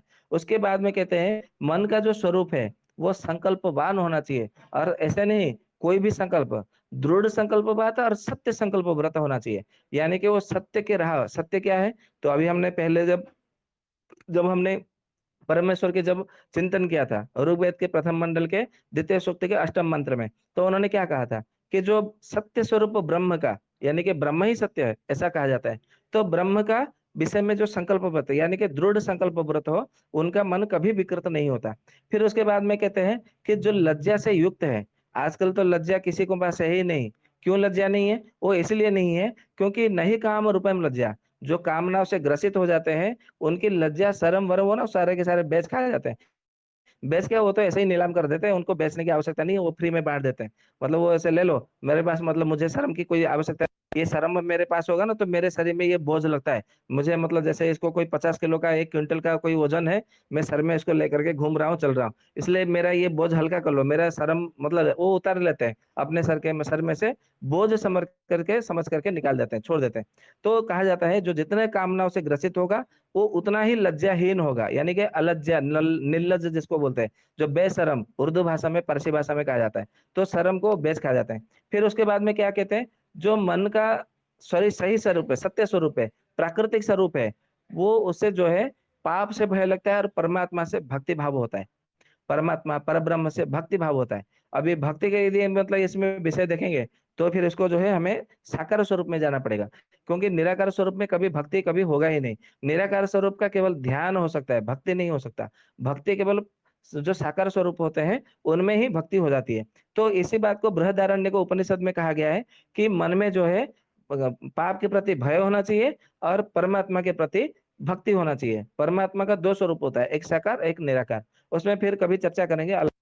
फिर आगे कहते हैं कि ये सब तो होना चाहिए। और उसके साथ में क्या है कि कभी भी जो है संदेह किसी के ऊपर नहीं होना चाहिए। किसके ऊपर? अपने माता-पिता के ऊपर, अपने गुरु वर्गों के ऊपर, गुरु वर्गों के ऊपर कहा गया है। गुरु के नहीं, गुरु वर्ग, यानी कि जितने सारे आपके गुरु वर्ग हैं, तो उतने उन गुरु वर्गों के ऊपर आपका नहीं होना चाहिए। फिर आगे कहते हैं कि सबके प्रति श्रद्धा भाव होना चाहिए और असत्य के प्रति अश्रद्धा होना चाहिए। मतलब सत्य यानी कि जितने सारे जो सत्य ब्रह्म के संबंध में है, उन सब के प्रति आपके मन में श्रद्धा भाव होना चाहिए और जो ब्रह्म के साथ में संबंध नहीं है, उन सब के प्रति अश्रद्धा यानी कि आपके मन में स्नेह, प्रेम, आदर वो नहीं होना चाहिए। फिर उसके बाद में कहते हैं धैर्य से युक्त होना चाहिए यानी कि धीमान होना चाहिए, ऐसा कहा गया है। फिर कहते हैं कि लज्जा से और विचार, सत्कल्पना से अपने बुद्धि से युक्त होना चाहिए। अपनी बुद्धि से यानी कि कोई आपको सिखा रहा है तो हाँ, हाँ, हाँ, जैसे मतलब अभी सत्यवान आप लोगों को बता रहा है कि भाजपा से ऐसे भी विकृत होता है, मन ऐसे विकृत होता है कि आंख बंद करके इसको मान लेना। हाँ, सत्यवान ने तो कहा ऐसा मन विकृत होता है, तो बस ऐसा ही होगा, ऐसा नहीं, अपनी बुद्धि से फिर लगाना होता है। अरे ये कैसे विकृत होता है? वो तो सत्यवान ने आके सत्र में बोल दिया, चला गया। परंतु ये कैसे होता है? मुझे इसका प्रत्यक्ष रूप से अनुभव करना है। जो अनुभव करने पर फिर आगे चलते हैं, अनुभव का ज्ञान लेते हैं और वही ज्ञान सबसे श्रेष्ठ होता है। पढ़ा हुआ ज्ञान वो उतना श्रेष्ठ नहीं होता जितना कि अनुभव का ज्ञान श्रेष्ठ होता है। इसलिए हर बात को अपने जीवन में अनुभव में लाना परम आवश्यक है। तो यहाँ पे यही कहा है कि अपने बुद्धि से इसके विचार और कल्पना के साथ में धृति के साथ में जुड़ना चाहिए, गुरु वर्ग के साथ में संबंध में रहना चाहिए। उसके बाद में कहा गया है यही मन का स्वरूप है। मतलब ये आपका मन प्राकृतिक मन का स्वरूप है, मतलब ये मन आपका विकृत नहीं हुआ है। फिर आगे क्या कहते हैं? और ये जो मतलब अभी बताने जा रहे हैं, ये ईशावास्य उपनिषद का मंत्र है। ये अभी जो बताने जा रहा हूँ मैं, अभी जो बताने जा रहे हैं, ये कहा गया है उसमें कि मन कोई भार नहीं है। मतलब ये ईशावास्य उपनिषद में कहा गया है, मन जो है कोई भार यानी कि कोई वजन नहीं है। फिर उसमें कहा है कि मन कोई वस्तु नहीं है, यानी कि कोई पदार्थ वो कोई वस्तु नहीं है। फिर कहा है कि मन का कोई आकार नहीं है। फिर उसके बाद में कहते हैं कि नदी के जल जिस प्रकार से वृत्तियों में अखंड प्रवाह होता है, मतलब झरना से निकला, पर्वत के झरना से, और बहता हुआ जब तक वो समुद्र में नहीं मिल जाता तब तक वो प्रवाहित होता रहता है, प्रवाहित होता रहता है, वो कहीं पे बीच में अटकता नहीं है। यदि कोई बीच में अटक जाए वो तो नदी नहीं है। ठीक उसी तरह आप जब से मतलब मन में जब आपको पता चल गया कि ब्रह्म सत्य है, यही मतलब ज्ञान है, ये सद्ज्ञान है, ये सद्बुद्धि है, तो उसी दिन अपने मन में दृढ़ संकल्प होना चाहिए ब्रह्म के प्रति। और जब तक आत्म साक्षात्कार न हो तब तक उसको निरंतर जो है ध्यान लगाना चाहिए आराम से। प्राणायाम, यम नियम आसन प्राणायाम प्रत्याहार ध्यान धारणा समाधि, ये जो अष्टांग योग है, इसको अपने जीवन में ला करके अनुभव में आचरण में ला करके इसको जो है आगे की ओर बढ़ना चाहिए। तो ये तभी होगा जब आपको लगेगा कि मेरा मन कोई भार नहीं है। यदि मैं आपको बोलूं कि रात को 3 बजे अभी भी मतलब सो जाओ और जो है रात को जो निशा अर्ध है, अर्धरात्रि है, उस समय जगना है और जग करके जो है जो हमारा तुरीय संध्या होता है, तुरीय संध्या आपको करना है। अरे अभी सोएंगे 2-3 घंटे बाद में कहाँ आंखों खुलेगी, कहाँ नींद टूटेगा। तो ऐसा जब बोलेंगे तो फिर आपका जो मन है ना वो आपके लिए भार स्वरूप यानी कि वजनदार हो जाएगा। तो हाँ सही सही है, कहाँ जग पाऊंगा, ये बड़ा कठिन है। आपका मन भी आपको बोलने लगेगा। यदि आप बोलेंगे अच्छा 2 घंटे बाद में जगना है, ठीक है कोई बात नहीं, अभी सो जाते हैं 2 घंटे में, या तो नहीं सोएंगे तो भी क्या दिक्कत हो गया, कर लेंगे तुरंत संध्या, उसके बाद में एक ही साथ सोएंगे। तो फिर मन भी बोलेगा हाँ हाँ कर सकता हूँ, कर सकता हूँ। जो बोलते हैं ना ये बहुत सारे लोग तो इसको मतलब ये ईशावास्य उपनिषद का इसी मतलब सूत्र को लेकर के उन्होंने अपना नाम चमकाने के लिए, जैसे एक नाम देता हूँ आपको, संदीप माहेश्वरी। मतलब किसी ने इसको मतलब वीडियो देखा और मुझे किसी ने फोन करके बोला कि आई कैन डू, क्या बोलते हैं, I have, I can do you do, ऐसा कुछ उन्होंने मतलब ऐसा कुछ लिखा है, आई हैव कैन डू या आई कैन डू ऐसा। तो वो मुझे बोला कि वो सत्य संदीप ने ऐसा बोला है, क्या ये आयुर्वेद के अनुसार ये सही है क्या? तो मैंने उनको बोला ये लगभग जो है 6 महीने पहले की बात है। तो मैंने उनको पूछा, सिरोही से पहले ये सब फोन आया था। तो हमने उनको पूछा अच्छा भैया मुझे एक बात बताओ कि ये संदीप माहेश्वरी को ये बात कब पता, कैसे पता चला और ये उसने कब बताया? तो उन्होंने बताया कि अभी 2-3 महीने मतलब नहीं 2-3 साल पहले उन्होंने बोला है। बोला अच्छा अच्छा, ये संदीप माहेश्वरी क्या करता है? तो बोले वो तो मोटिव है, मतलब मोटिवेट करता है। अच्छा अच्छा मोटिवेट करता है, ये कितने सालों से करता है? मैंने उन व्यक्ति व्यक्ति से, महानुभाव से पूछा। तो बोले कि ये तो लगभग 10 साल हो गया ऐसा, मेरे मेरे जानने से तो 10 साल हो गया। बोला अच्छा अच्छा, वो 10 साल से कर रहा है। और ये अभी 2 साल पहले ही क्यों बताया कि मैं भी कर सकता हूँ ऐसा, मतलब अंग्रेजी में क्यों बताया? वो 10 साल से पहले मतलब क्यों नहीं बताया? अभी तक क्या सोया हुआ था? बोले वो तो पता नहीं भैया। वो इसीलिए पता नहीं है क्योंकि उसने उस समय जो है उपनिषद पढ़ा नहीं था। आयुर्वेद के मतलब ग्रंथ तो छोड़ दीजिए, कोई उपनिषद कोई दर्शन शास्त्र पढ़ा ही नहीं था। और आजकल तो आज देखेंगे आचार्य प्रसाद ऐसे कई सारे मतलब निकल गए होंगे जो सूट बूट पहनते हैं। और एक भी मतलब है कि सदगुरु, ये तो इतना बड़ा मतलब भांड है कि क्या बताएं। ऐसे तो किसी के विषय में मतलब निंदा नहीं करनी चाहिए, भाजपा के विषय में चर्चा चल रही है, परंतु ये सारा देशद्रोही है। जैसे राजीव भाई ने कहा था ना, ये बापू नहीं डाकू है, ये सब के सब इसी श्रेणी में आते हैं। अभी भी मतलब वक्त है, आप लोग सुधरना होगा, समझना होगा। ये सब मतलब यदि आपको जानना है तो आप लोग दर्शन शास्त्र क्यों नहीं पढ़ते, आप लोग उपनिषद क्यों नहीं पढ़ते, आप लोग संहिता क्यों नहीं पढ़ते, आप लोग आयुर्वेद क्यों नहीं पढ़ते। ये सारा का सारा ज्ञान इसमें ही लिखा हुआ है। और आप लोग पढ़िए, अपने घर में परिवार में उसका चर्चा करिए, तो कुछ ना कुछ उसका तो निष्कर्ष भाग निकल ही आएगा। तो ये होता है हमारा समीक्षा, ये होती है हमारा आलोचना सत्र, ये इसी को सत्संग कहा जाता है। सत्संग का अर्थ है नहीं कि किसी को 20 लाख 30 लाख या तो करोड़ रुपए दे करके एक मतलब कोई अपना महानगर में बहुत बड़ा मैदान लो और उसको मतलब उसको क्या बोलते हैं, उसको पंडाल बना करके किसी मंडप वाले को बुकिंग करके उसको बुलाओ, उसको फिर मतलब 1 लाख रुपया 2 लाख रुपया उसको दो पैसा। और सबको मतलब गांव गांव में घूम घूम के कि यहाँ पे ये महाराज आने वाले हैं, यहाँ पे ये कथा होने वाली है, दान दो। सप्ताहिक मतलब कथा चलने वाली, ऐसा थोड़ी होता है। जो कथा होता है ना वहाँ पे निराडंबर होना चाहिए। मैं इसका मतलब विरोध इसलिए करता हूँ क्योंकि सबसे पहले इसको किसने आरंभ किया था, तो सुखदेव महाराज जी ने आरंभ किया था। तो सबसे पहले भागवत कथा सुखदेव महाराज जी ने मतलब कहा है ना। वो तो बात की बात है, मतलब पहले की बात है, नारद जी ने मतलब कहा है। वो तो उसको क्या बोलते हैं, सर मैं भूल गया हूँ, उसको क्या बोलते हैं मतलब। हाँ, सड़ संवाद ऐसा नाम से जाना जाता है। सड़ संवाद जो है वो बात अलग है, परंतु उसमें यदि हम देखेंगे तो सड़ संवाद के रूप में नहीं। सबसे पहले भागवत कथा सप्ताह जो 7 दिनों में यदि किसी ने पूर्ण किया था, तो सुखदेव जी महाराज जी है वो परीक्षित को मतलब सुनाया था कह करके। तो उन्होंने कौन सा उनको बोला था कि मतलब तुम तो महाराजा हो, चक्रवर्ती सम्राट हो, तुम ऐसा करो, यहाँ पे बहुत बड़ा पंडाल लगाओ, यहाँ पे बहुत बड़ा मंडप लगवाओ, और यहाँ पे मतलब जो दिन रात केवल भोजन की व्यवस्था करवाओ। फिर जाके और तुम मुझे बहुत सारा सोना चांदी ये सब मतलब मुझे गहने दो, और मुझे ये दक्षिणा दो, इतने सारे करोड़ रुपए दो, तब जाके हे राजन मैं तुम्हें कथा सुनाऊंगा, नहीं तो नहीं सुनाऊंगा। और उस समय भारतवर्ष में केवल सुखदेव महाराज जी के पास ही भागवत कथा का ज्ञान था, ये भी आप लोग जान लीजिए। किसी के दूसरे के पास में ये भागवत कथा का ज्ञान नहीं था, क्योंकि महर्षि वेद व्यास जी ने सर्वप्रथम अपने पुत्र को ही भागवत कथा सुनाया, मतलब पढ़ाया था, सिखाया था, और किसी को वो ज्ञान नहीं दिया था। अभी आप बोलेंगे कि वो कैसे है, वो बात का विषय है, अब कभी हम इसके विषय में चर्चा करेंगे। तो उन्होंने ये कभी वो चाहते कि हे राजन तुम्हारा मुझे आधा राज्य दे दो तभी मैं कथा सुनाऊंगा, क्योंकि उन्हें तो ब्राह्मण का शाप मिला था श्रृंगी ऋषि का, कि तो तुम 1 सप्ताह बाद में आने वाले 7वें दिन जो तुम्हारा तक्षक दर्शन से तुम्हारा मृत्यु हो जाएगी। वो तो फिर बोलता है ना कि मरता क्या नहीं करता, जैसे गोविंद भाई बता रहे हैं, तो वो तो फिर करता ही करता व्यवस्था पूर्वक। फिर उन्होंने ये क्यों नहीं कहा कि तुम्हारा मुझे आधा राज्य दे दो तभी मैं कथा सुनाऊंगा। उन्होंने कुछ नहीं कहा, केवल हे राजन तुम्हारा भाग्य उदय हुआ है, इसलिए तुम भागवत की कथा, भगवान श्री कृष्ण की कथा सुनने आए हो। तुम ध्यान लगा करके बैठो, संयत चित्त होकर के बैठा सुनो, मैं तुम्हें कथा सुनाता हूँ, जिस प्रकार से तुम्हारा इहलोक और परलोक दोनों लोग सुधर जाए, इस प्रकार से कहते हुए जो है उन्होंने कथा सुनाई थी। परंतु आज इस प्रकार से यदि कोई कथा करता है तो सही है। जब कोई कथा करने के लिए आता है तो कथा करने का ये नियम है कि उसके लिए कोई नियम नहीं होना चाहिए कि मैं ये तारीख से ये तारीख तक, ये दिन से वो दिन तक ही तुम्हारे गांव में आऊंगा, तुम्हें कथा सुनाऊंगा, ऐसा नहीं है। कहा गया है जो सन्यासी लोग होते हैं, जो संत लोग होते हैं, वो पूरे भ्रमण करते हैं पूरे भारत भर में, जहां उनको मिल जाए कथा को सुनाने के लिए, मतलब सुनने के लिए कोई मिल जाए, हाँ ठीक है अभी तुम्हारे गांव में मैं 7 दिन रुकता हूँ, तुम्हें कथा सुनाता हूँ। ये कथा सुनाने का ये नियम है शास्त्रों में। परंतु आजकल पहले से 6 महीने पहले 1 साल पहले तुम्हारा उधर शहर में है ना, तुम कितने दक्षिणा दोगे तो मैं उधर तुम्हारा कथा सुनाने आऊंगा, मुझे मेरे गोसा इतना लाख करोड़ रुपया देना, मेरे लिए मतलब तुमको इतना फंड नहीं करना, मेरे आने जाने के लिए फ्लाइट का टिकट ये तुम कराना, और मैं BMW की मतलब या तो मैं ऐसी कार में आऊंगा तो मेरे लिए मतलब फ्लूइड का खर्चा ये तुम्हें मतलब देना है, और मेरे खाने के लिए ऐसे प्रकार से व्यवस्था करनी है, और मेरे साथ में इतने सारे चेला आएंगे, और जो है तुम्हें उनकी भी व्यवस्था करनी है।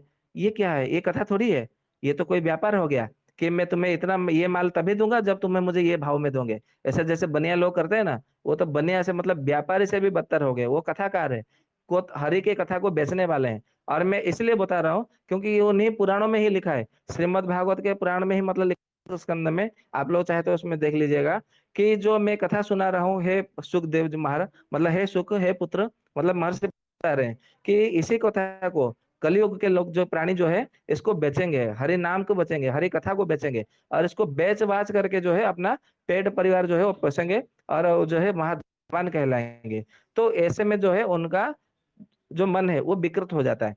तो ये मतलब है, तो इसमें कहा गया है भक्ति है उसमें साकार निराकार इस प्रकार से मतलब हमको देखना है। तो मतलब हम क्या बात कर रहे थे कि बात, जैसे दीपक भाई बोल रहे हैं, आप बोलते कुछ है और बोलते बोलते किसी और विषय में चले जाते हैं। तो ऐसा कई बार हो जाता है, मैं इसके लिए एक क्षमा चाहता हूँ। हमारा विषय मतलब क्या था, उस ईशावास्य उपाय के उपनिषद के ऊपर मतलब हमारा चर्चा था कि मन कोई भार वजनदार नहीं है, मन का कोई आकार नहीं है। यदि कोई आकार होता तो उसको तो अवश्य दिखाई देता। जैसे परमात्मा का निराकार जो है उनका कोई आकार नहीं है निराकार स्वरूप में, परंतु साकार स्वरूप में उनका आकार है, कई सारे मतलब साकार स्वरूप है, इस दिखाई देते हैं, मतलब दिखाई देता है या तो फिर उनका देखना जैसा एक प्रकार से उसका विकल्प बनाया जाता है। परंतु निराकार स्वरूप में केवल ज्योति स्वरूप होता है। ज्योति स्वरूप भी मतलब आप देखेंगे तो फिर निराकार कैसे हुए, क्योंकि ज्योति भी तो एक प्रकार से आकार ही हुआ, तो फिर निराकार कैसे हुए। तो जब ये प्रश्न हम किसी को पूछते हैं तो वो पूरा मौन धारण कर लेते हैं। हाँ आप तो बिल्कुल सत्य बोल रहे हो, ज्योति भी तो एक आकार होता है, तो फिर वो निराकार कैसे। तो इसका उत्तर किसी के पास में नहीं है, तो फिर वो निराकार है ही नहीं, ऐसा भी मतलब हम कह सकते हैं, मान सकते हैं। परंतु इसका भी रहस्य है, हम कभी चर्चा करेंगे। अभी हम मन के जो कैसे विकृत होता है उसके ऊपर आते हैं। फिर ईशावास्यों में उपनिषद कहा जाता है कि नदी के जल के समान अखंड प्रवाह का जो होता है मन का दशा, मन की गति जो है उसी प्रकार होना चाहिए। जब तक आत्म साक्षात्कार न हो जाए तब तक वो चलते रहना, ध्यान परायण होना चाहिए, ध्यानस्थ होना चाहिए, प्रतिदिन अपना एक नियम बना करके रखना चाहिए। तो ऐसा जो मन है वो कभी विकृत नहीं होता, और जब मन विकृत नहीं होगा तो फिर आपका जो है भाजपित्त कभी विकृत नहीं होगा। ठीक है, कोई अनम्यूट है कृपया अपने म्यूट हो जाए।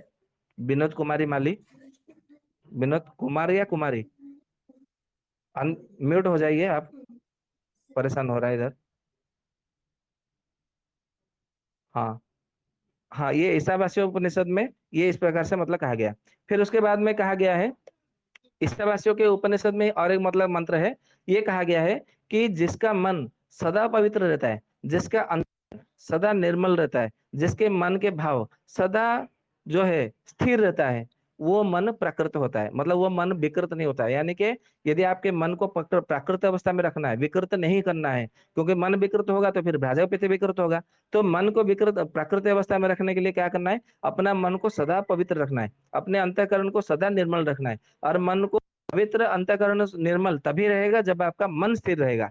ये कितना बढ़िया सूत्र बताया है ईशावास्य उपनिषद में।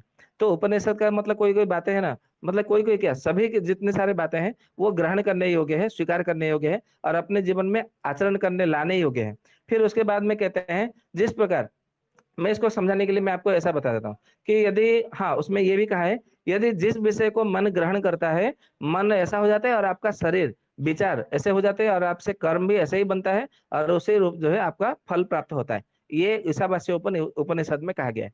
अभी जैसे मान लीजिए मन, यदि मान लीजिए आपका मन स्वच्छ है यानी कि पवित्र है, और उसका प्रकृति ये है कि वो पवित्र है, जो पवित्र विषय को ग्रहण करेगा। तो पवित्र क्या है, जैसे आत्मा पवित्र है, परमात्मा पवित्र है, या तो हमारे जितने सारे जो नदी का जल वो पवित्र है, पेड़ पौधे सारे पवित्र है, जैसे तुलसी, जितने सारे हमारे जो 64 प्रकार के जो पवित्रतम वृक्ष और लताएं हैं वो सारे के सारे पवित्र हैं, मिट्टी भी पवित्र होता है। तो हम उसी प्रकार से हम मतलब जीते हैं, मतलब हमारा जीवन उसी प्रकार से हो जाता है।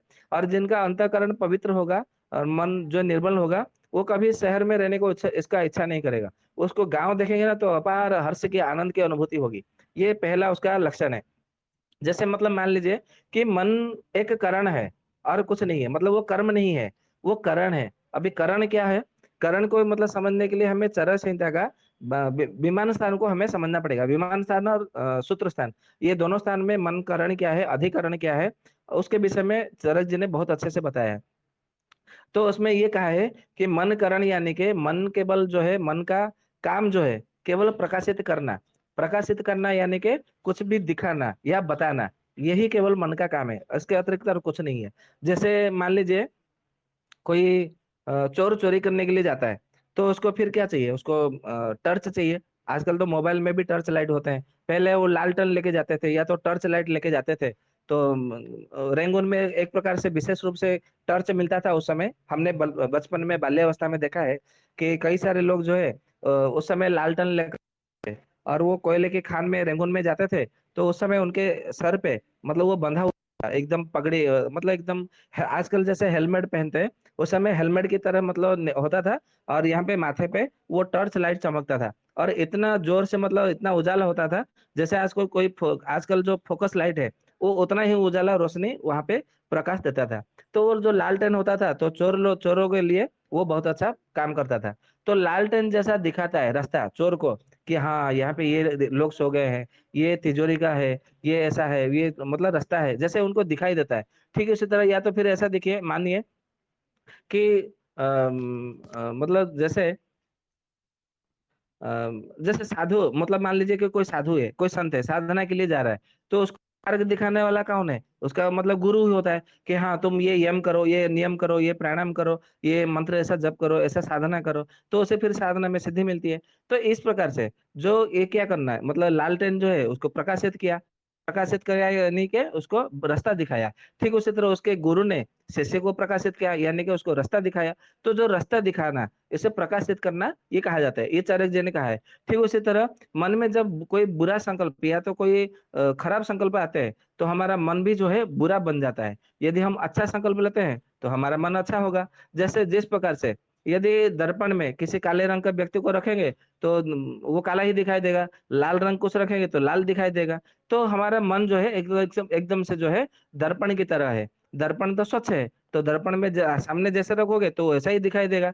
तो मन के सामने जैसा विचार रखोगे, जैसा भावना रखोगे, आपका शरीर, आपका कर्म, आपका ऐसे ही बनने लगेगा। बस ऐसा है। इसके लिए ये, तो ईशावास्य उपनिषद में ये कहा है कि अपने ज्ञान का स्वरूप को देना चाहिए, अपने जो ज्ञान स्वरूप का जो विवेक है, क्योंकि ज्ञान जो है नित्य ज्ञान जो है नित्य निर्मल है, ऐसा कहा गया है। और ये कहाँ कहा गया है? तो कहा गया है न्याय दर्शन में कहा गया। ये कहा है कि जो ज्ञान के उत्पत्ति नहीं होता है, जिनके मन में ज्ञान के ग्रहण करना, ज्ञान को संग्रह करना, ज्ञान को समझना, ये विचार नहीं आता, तो वो मन जो है विकृत हो जाता है। इसी बात को लेकर के ईशावास्य उपनिषद में कहा गया है कि जो ज्ञान का स्वरूप का दर्पण रखते हैं, मतलब दर्पण के सामने जो ज्ञान का विवेक मतलब रखते हैं दर्पण का, तो उनका मन जो है सत संकल्प यानी कि ब्रह्ममय हो जाता है। और धीरे धीरे धीरे धीरे उनका जो मन जो है प्रकृति स्वरूप में वो रहता ही रहता है। ठीक उसी बाद में मांडुक्य उपनिषद में भी यही मतलब प्रमाण मिलता है। आज आप लोग सोच रहे हैं क्या बात है, आज आयुर्वेद छोड़ करके केवल उपनिषद दर्शन के ऊपर चर्चा चल रही है। आप लोग को मतलब मजा आ रहा होगा, मुझे ऐसा मतलब मैं सोचता हूँ। ऐसे समय तो काफी हो गया है, परंतु मैं मांडुक्य उपनिषद का एक उदाहरण देता हूँ, फिर उसके बाद में सत्र को विराम करेंगे। तो मांडुक्य उपनिषद में ये कहा गया है कि जो मन के जितने सारे वृत्ति है, जितने सारे वृत्ति है, या तो वृत्तियों के जितने सारे भेद है, वो हमारे मन के अंतःकरण के भेद है, ये आपको समझना है। अभी इसको समझने के लिए मैं आपको थोड़ा सा मतलब इसको विस्तार से बताता हूँ, जिससे आप लोग को मतलब समझ में बड़ा सहज होगा। जैसे मान मान लीजिए, मन को यदि हम इसको देखते हैं कि आयुर्वेद के आधार पर इसको चर्चा करते हैं, मांडुक्य उपनिषद की बात को आयुर्वेद के आधार पर देखते हैं या तो आगम शास्त्र के आधार पर देखते हैं, तो आयुर्वेद में चरक संहिता क्या है, मन के जो है ना अंतःकरण में चार भेद होते हैं, ये चरक जी ने बताया है। और इसी बात को जो करके मांडुक्य उपनिषद में भी आया है। तो ये कि आयुर्वेद से मतलब उपनिषद निकला है या उपनिषद से आयुर्वेद निकला है, ये आप लोग अभी सोचिए। फिर उसमें ये कहा है मांडुक्य उपनिषद में कि जो मन के जितने अंतःकरण के उतने भेद है। तो मन के भेद कितने हैं? तो चार प्रकार के भेद है। तो इसी बात को चाणक्य जी ने कहा है कि मन के भेद मतलब क्या क्या है। तो सबसे पहला भेद है संकल्पात्मक, संकल्पात्मक, ऐसा कहा गया, मतलब संकल्प आत्मक, ये पहला मतलब भेद है। दूसरा भेद ये है कि निर्णयात्मक, यानी कि निर्णय आत्मक। तीसरा है संस्कारात्मक, यानी कि संस्कार से जुड़ा हुआ जो आत्मक मन है। ठीक है। और चौथा जो है संचालात्मक, यानी कि जो संचालक करने वाला जो आत्मक है, वो मन है। इस प्रकार से जो है चार प्रकार के भेद होते हैं मन के। तो पहला जो मतलब है संकल्प आत्मक मन, यानी कि ये मन की अवस्था होती है जब आप निर्णय आत्मा के आधार पर जाते हैं, मतलब मन का एक प्रकार से उन्नति हो जाती है। जो बोलते हैं ना कि प्रमोशन हो गया, मतलब प्रमोशन हो गया, तो जैसे बोलते हैं, तो उसमें भी मन का जब प्रमोशन यानी कि जब उन्नति प्रगति हो जाती है, तो वो निर्णयात्मक मन में बदल जाती है, जिसका नाम होता है बुद्धि।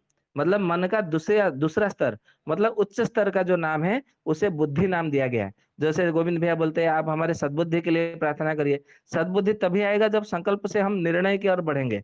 निर्णयात्मक जो मन जो स्थिति होगी, उसे बुद्धि की संज्ञा दिया है चरक जी ने अपने चरक संहिता में सूत्र स्थान में। फिर आगे कहते हैं कि मन जब दूसरे स्तर से तीसरे स्तर में जाते हैं, तो तीसरा स्तर में होता है संस्कारात्मक मन। और इसकी जो संज्ञा है चरक जी ने चित्त नाम दिया है। चित्त, ये मांडू के उपनिषद में भी कहा है, और चरक संहिता के सूत्र स्थान में भी आपको यही रहस्य आपको मतलब मिलेगा। तो उसका जो नाम है चित्त, जो बोलते हैं ना कि चित्त क्या है, मन क्या है। कोई के आपने मतलब पहले भजन में देखेंगे जितने सारे हमारे जो बड़े बड़े जो भक्त कवि हुए हैं, जो भक्तों के आधार पर, भक्ति रस के आधार पर उन्होंने लिखा है, वहां पे लिखा है कि तूने मेरा चित्त चुरा लिया, तो बड़ा चित्त चोर है। ऐसा ये शब्द जो है भगवान श्री कृष्ण के प्रति उन्होंने भक्ति रस में गाया हुआ है। बहुत सारे ऐसे आपको भजन मिल जाएंगे। तुलसीदास जी ने भजन लिखा है, रहीम खान ने लिखा है, ऐसे कई सारे मतलब है, अभी तो याद नहीं आ रहे। जो जो आप लोग के क्षेत्र में जितने सारे भक्त हुए हैं और भक्ति गीत लिखे हैं, तो आप देखेंगे मन शब्द का वहां पे प्रयोग नहीं किया होगा, वहां पे चित्त शब्द का प्रयोग किया होगा। क्योंकि चित्त है ना, जो संस्कारात्मक जो मन होता है वो चित्त होता है। अभी संस्कार क्या है? संस्कार यानी कि शोधन, यानी कि जिसका मन शुद्ध हो जाए, पवित्र हो जाए, उसे चित्त की कहा जाता है, उसे चित्त वृत्ति कहा जाता है। तो ये चित्त जो होता है ये संस्कारात्मक मन, इसका मन का तृतीय स्तर होता है। फिर उसके बाद में जब हम संचालात्मक मन, मतलब हम अपने मन से सब लग जाते हैं, मतलब मन की बात सुनते हैं, मन की बात मतलब करते हैं, फिर मतलब वो मन के बाद में संचालन करने के लिए छोड़ देते हैं कि हाँ अभी तो मेरा मन पवित्र हो गया, अभी मुझे कुछ नहीं चाहिए। बस मन के आधार पर जो चलने लग जाते हैं, फिर उनमें अहंकार भाव आ जाता है। आप लोगों ने कभी देखा होगा कि कोई ज्ञान का आहरण किया, बहुत सारे वेद शास्त्र पढ़े, उपनिषद पढ़े, फिर उनमें अहंकार आ गया, तो लोग बोलते हैं अरे उसके पास तो अहंकार आ गया, इतना ज्ञानवान होने के बाद में। लोग कहते हैं कि विद्या ददाति विनम, और ये तो विद्या का संग्रह करके अहंकारी हो गया। तो वहां पे लोग गलत बोल रहे हैं, क्योंकि विद्या का संग्रह करने से विनय विनम्रता आती है, ज्ञान का संग्रह करने से विनम्रता थोड़ी आती है। विद्या और ज्ञान दोनों अलग अलग है, पृथक पृथक है। तो जब हमारा मन से संचालनात्मक होते हैं, या तो मन को संचालित करते हैं, तो हमारे मन में जो है अहंकार आ जाता है, या तो अहंकार की अवस्था तक हम पहुंच जाते हैं। तो ये था मांडू के उपनिषद के आधार पर, या तो अन्य जो के ईसावासियों के उपनिषद के आधार पर, या तो फिर हमारा पतंजलि योग दर्शन, न्याय दर्शन के आधार पर जो था मन कैसे विकृत होता है, उसके विषय में चर्चा था। अभी उसके विषय में अभी है, जो कि श्रीमद् भागवत महापुराण में है, श्रीमद् भगवत गीता में भी है, योग वासिष्ठ महारामायण में भी है, और विष्णु पुराण में भी है, ब्रह्म पुराण में भी है, ऐसे कई सारे पुराणों में भी मतलब बात है। परंतु सबको जो है मतलब उपनिषद दर्शन ये सबको अच्छा लगेगा, सबको ग्रहणीय होगा, इसलिए हमने इसको लिया हुआ है। आशा करता हूँ आज आज का जो सत्र है आप लोग के लिए कुछ प्रेरणादायक, या तो कुछ सीखने जैसा, आनंदवर्धक होगा। तो मैं अपनी वाणी को यहीं पे विराम देता हूँ। यदि आप लोगों का कोई मन में कोई प्रश्न है या तो शंका है, तो उपस्थापना कर सकते हैं।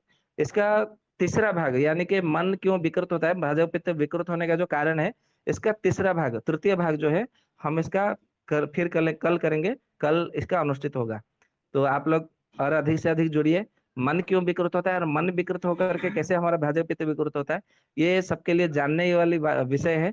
यदि आज के युवा पीढ़ी इसको जानेंगे, तो किसी के साथ में भागेंगे नहीं, लव जिहाद के शिकार नहीं होंगे, या तो फिर जैसे आजकल जो ठगाई हो रही है, या तो कोई किसी को लूट रहा है, कोई किसी को ठग रहा है, कोई किसी को ऐसा नीचा दिखा रहा है, तो वो सब नहीं होगा।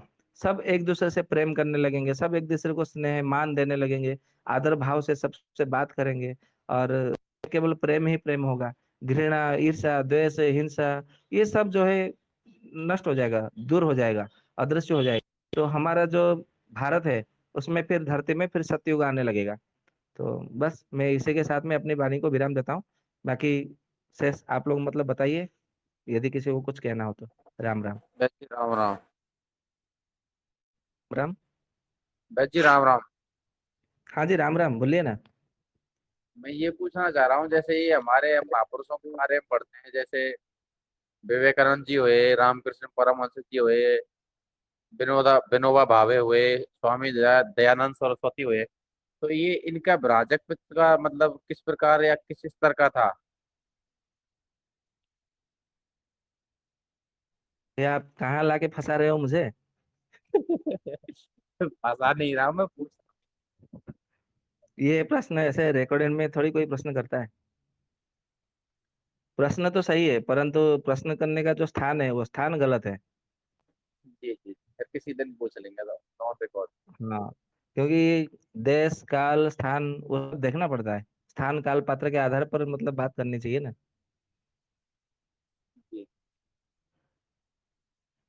आप तो बुद्धिमान है, आप ऐसे कर रहे हैं। जी नमस्ते। हाँ जी नमस्ते। समझ आता हूँ। वैद्य जी राम राम। नहीं नहीं, ऐसा कुछ नहीं है, समय की बात नहीं है। कोई बात नहीं, इसके विषय में ईश्वर भक्ति भगवत चर्चा से जीवन उसमें चर्चा करेंगे, कोई दिक्कत नहीं है।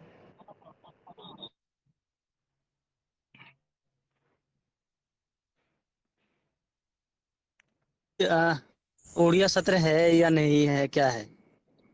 हाँ उड़िया सत्र है ना। हाँ तो फिर इसीलिए तो हमने। प्रश्नोत्तरी है, प्रश्न कई सारे। हाँ प्रश्नोत्तर हम कल कर लेंगे, तृतीय भाग के बाद में।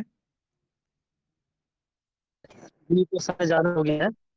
हाँ हाँ, तो उससे ज्यादा हो गया तो ऐसा सत्व लेना अभी आगे बढ़ाना सही उचित नहीं होगा। तो हम लोग सत्र को समापन करेंगे। तो आज के सत्र के लिए वैदिक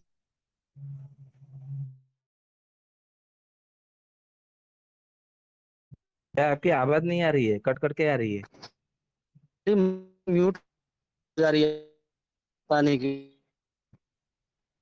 हमारी माँ अपने आप हो जा रही है, ऐसा क्यों समझ रहा है? मैं बोलता हूँ। ठीक है, तो बहुत सारे विषय हमने देखा और जाना और समझा कि ब्राजत्व कैसे विकृत होता है। मन के साथ जोड़ के जी बताए, और जो धर्म शास्त्र हमारे हैं, उपनिषद है, वेद है, पुराण है, अन्य जितने भी तरह उसके आधार जी ने सभी जाना और समझा। तो अब बहुत से और भी विषय हैं, जानने और समझेंगे। जी मेरी बात समाप्त होने के बाद एक आप स्पष्ट कर दीजिएगा, ऐसा आएगा कि मन का सीधा बृहस्पति से है, ऐसा मैं समझ रहा हूँ। आप इसको सुधार दीजिए अगर द्वित रूप। तो ऐसा लगा मुझे कि मन का सीधा संबंध बृहस्पति से है, क्योंकि वैसे तो मन का संबंध सभी अंग अवयवों से होता है, क्योंकि मन ही सभी को सहता है।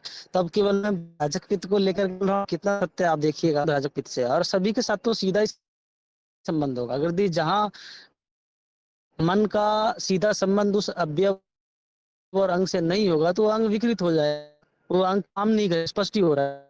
तो इसका अर्थ है कि मन अगर विकृत हुआ तो बुद्धि का ब्राजपित अवश्य विकृत होगा। साथ ही मुझे ऐसा लगता है कि जितने भी रोचन है 16 प्रकार के, वो सभी विकृत हो सकता है, क्यों करता है। चाहे ब्राजक भले ही सबको बनाता हो, लेकिन ब्राजपित से पहले मन ही होगा, ऐसा मैं समझ रहा हूँ। इसलिए मन सही है तो ब्राजक पित्त सही है, ब्राजक पित्त सही है सभी के सभी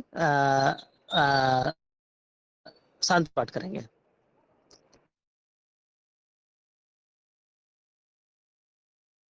जी, इसमें मैं आपका संदेह का निवारण कर देता हूँ, शंका निवारण। आपने कहा कि मन के साथ में भ्राजक पित्त का संबंध है, बिल्कुल है। मन का शरीर के साथ में संबंध है, केवल भ्राजक पित्त के साथ में संबंध नहीं है। और हमारे शरीर में वात पित्त कफ के आधार पर जो जितने सारे वात है, जितने प्रकार के पित्त है, जितने प्रकार के कफ है, उन सब का संबंध है। और साथ में मन का विकृत होकर के भ्राजक पित्त विकृत हो जाता है, ऐसा नहीं है। इसका मैं रहस्य बता देता हूँ। आप लोगों को मालूम है, भ्राजक पित्त जब हमारा आरंभ हुआ था, उसी समय मैंने उसका रहस्य बता दिया था कि भ्राजक पित्त पवित्रता के आधारशिला है। मतलब यदि आप पवित्र है तो आपका भ्राजक पित्त सही है। आपके शरीर में यदि अपवित्रता आ गई तो आपका भ्राजक पित्त विकृत हो जाएगा। ये पवित्रता के आधार पर है, मतलब इसका पवित्र ही इसका पवित्रता इसका आधार है भ्राजक पित्त का। तो मन जब विकृत हो जाता है, यानी कि मन अपवित्र हो जाता है, या तो अपवित्र विचार जब सोचने लगते हैं। अभी यहाँ पे जितने सारे मन विकृत होने का हमने जो बताया, जो कामनाओं में ग्रसित होना, क्रोध से ग्रसित होना, लोभ से ग्रसित होना, या तो फिर बुरे संकल्पों से ग्रसित होना, लज्जाहीन हो जाना, अश्रद्धा का भाव रखना, ये सब जो इंद्रियों के साथ में वशीभूत होना, ये सब के सब अपवित्रता का ही तो एक प्रकार से प्रतीक है या तो लक्षण है। तो अपवित्रता के आधार पर जब वो उसमें संबंध बनता है या तो जोड़ता है, तो हमारा भ्राजपित्त विकृत होता है।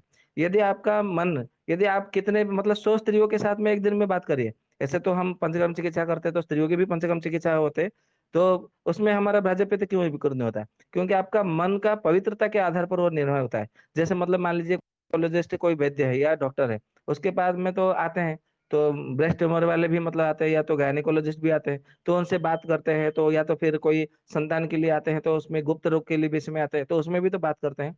तो वो उसे गंदी बात थोड़ी कहा जाएगा, वो अपवित्र बातें, अश्लीलता, अभद्रता, अशिष्टता, इस प्रकार से वहां पर संज्ञा नहीं दिया जाता, क्योंकि वो चिकित्सा के अंतर्गत आ जाते हैं और वो नियम के आधार पर है। तो नियम के आधार पर है तो वहां पे दोष नहीं लगता, वो अपवित्र नहीं होता, वो दूषित नहीं होता। परंतु जहां पर अपने मनोरंजन के लिए, केवल व्यंग के लिए, या तो अपने मन को खुशी करने के लिए जो आप कर रहे हैं, या तो केवल अपने स्वार्थ के लिए, तो वो अपवित्र है, वो दूषित है, वो कलुषित है। तो जाकर के आपका शरीर मन विचार जो है दूषित हो जाता है और द्रवित हो जाता है, और उसी से भ्राजपित विकृत होता है। ये उसका मुख्य रहस्य है। आशा करता हूँ आपको समझ में आया होगा, आप सभी लोगों को समझ गए होंगे। यदि नहीं समझ पा रहे फिर भी कोई बात नहीं, इसका तृतीय भाग हम कल करेंगे और इसका विस्तार से और चर्चा करेंगे। जब तक आप लोग को मतलब इसका रहस्य समझ में नहीं आएगा, हम आगे नहीं बढ़ेंगे। मेरा मतलब, हमने ये पहले भी कह रखा है, जो विषय हम चर्चा करते हैं उसको आप लोग सब लोग अच्छे से समझ जाइए। जब अच्छे से समझ जाएंगे फिर हम दोबारा आगे बढ़ेंगे। नहीं तो फिर ऐसा करके हम आगे बढ़ जाएंगे कि फिर आप बोलेंगे कि वो पिछला जो सत्र है वो समझ में नहीं आया, वो सत्र की बात हमें समझ में नहीं आएगा, तो हम जो इतने जो परिश्रम कर रहे हैं वो सब व्यर्थ। तो आप एक एक बात को बारीकी से सूक्ष्मता से समझिए, फिर हम आगे बढ़ेंगे। तो हमारे लिए भी अपार हर्ष की अनुभूति होगा और आप लोग को भी आनंद आएगा, और आयुर्वेद का जो हम जो श्रम कर रहे हैं, हमारा श्रम सार्थक होगा। ठीक है जी।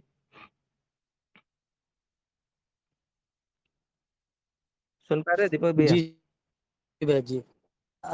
थोड़ा जी सा यहाँ पे जोड़िए कि मैंने जी भैया जी सुन पा रहा हूँ। जी थोड़ा सा आप यहाँ पे थोड़ा और स्पष्ट ये कि आप बस आपकी कुछ सेकंड की बात है। आपके दीपक भैया, सबसे पहले नेटवर्क नहीं आ रहा है। आप जो बोल रहे हैं ना, वो आवाज कट कट के आ रही है, ना सुनाई दे रहा है ठीक से, ना समझ ठीक से। आप क्या बोल रहे हैं सुनाई नहीं दे रहा, ठीक है, तो हम क्या समझेंगे? ठीक है, ठीक है, हमारे क्षेत्र में थोड़ी दिक्कत है। हाँ, नेटवर्क वाली ठीक है, जगह पे आ हम जाइए। सत्र का समाप्ति करेंगे। और बाकी गोविंद भैया है।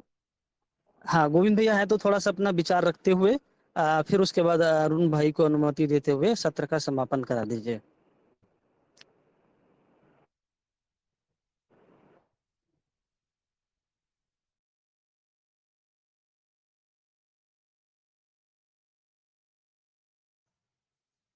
वंदे मातरम। आप सभी को बैद जी। हाँ, तो गोविंद भाई। आवाज आ रही है? आ रही है। वंदे मातरम आप सभी को, और बैद जी को बहुत कोटि कोटि धन्यवाद। जो जिस तरीके से आयुर्वेद का जो गहन, मतलब सरल भाषा में कहा जाए कि आयुर्वेद एक सरल जो साधु का जो जीवन होता है, जिसको साधु कहते हैं, साधु की परिभाषा क्या होती है, उसकी तो असली परिभाषा यही होती है कि हमारा हमारा मन साफ हो, तन साफ हो, मन साफ हो। और इसकी जो आयुर्वेद में जो जानकारी मिल रही है, आयुर्वेद के माध्यम से सरल भाषाओं में, कि किस तरीके से यहाँ व्यवहार की भी पूरी जानकारी, कि क्या व्यवहार होना चाहिए। मतलब जैसा कि पहले ही वैद्य जी ने बता दिया था, तो मुझे बहुत आश्चर्य, मतलब अंदर से शब्दों में बयान नहीं कर सकता, लेकिन ये सिंपल सी चीज कह लीजिए कि अगर हमने ये आलोचना सत्र, आयुर्वेद का जो आलोचना सत्र है, और ये आलोचना सत्र जो वैद्य सत्यवान नायक जी के मुखाग्नि से सुनी जा रही है, इससे एक सच्चे इंसान का निर्माण हो सकता है, अगर इसे हम अपने जीवन में यथासंभव व्यवहारिकता रूप में लागू करते हैं, तो स्वस्थ रहने के लिए नहीं, एक सज्जन बनने के लिए। तो इसी के साथ मैं अरुण भाई से कहूंगा कि आप शांति पाठ कराएं, और हमारे इस अभियान में आप सभी से, जो यहाँ पे अभी हैं, जो भाई जुड़े हुए हैं, जो सुन रहे हैं, उनका तो आशीर्वाद मिल ही रहा है।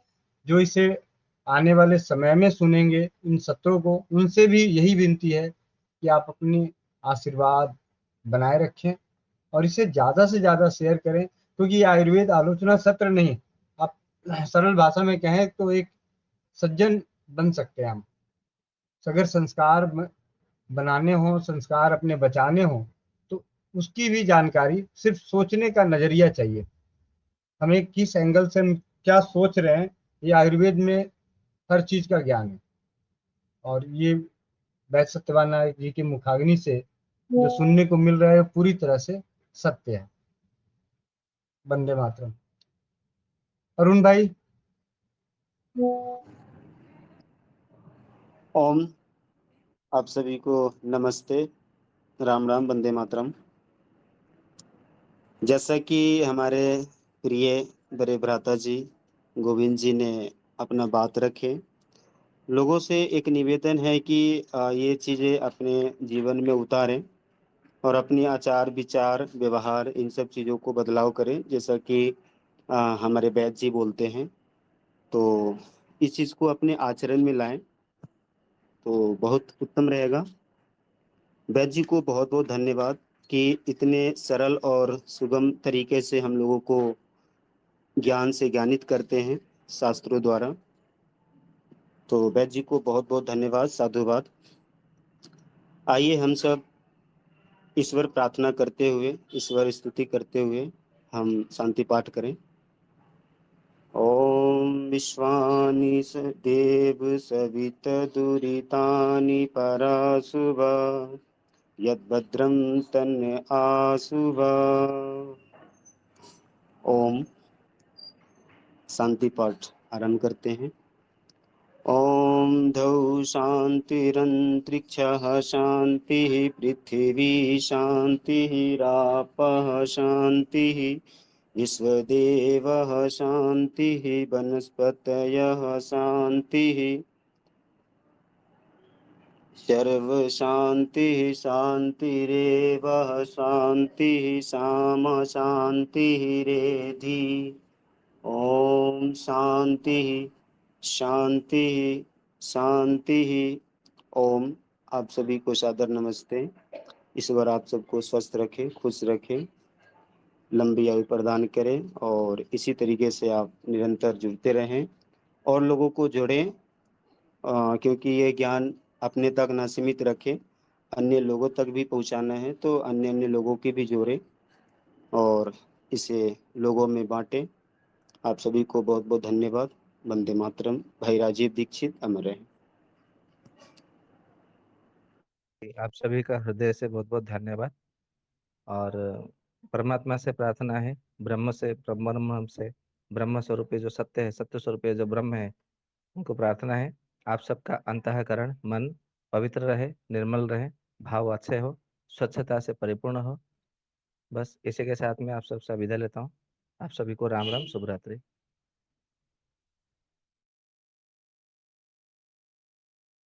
जी अभी रिकॉर्ड मत बंद करिएगा। मैं एक चीज बोल रहा हूँ, शायद यहाँ पे व्याख्यान संख्या और बोलना लगता है थोड़ा हम लोग भूल गए थे, तो जो भी श्रोता समझे सुनेंगे उसे ध्यान रखिएगा कि आज भ्राजक पित्त का 213 भाग है और भाग 18 है भ्राजक पित्त का, और भाग 18 में भ्राजक पित्त विकृत होने के कारण क्या है, उसका द्वितीय भाग है आज का, तो इसका ध्यान रखिएगा। नमस्ते।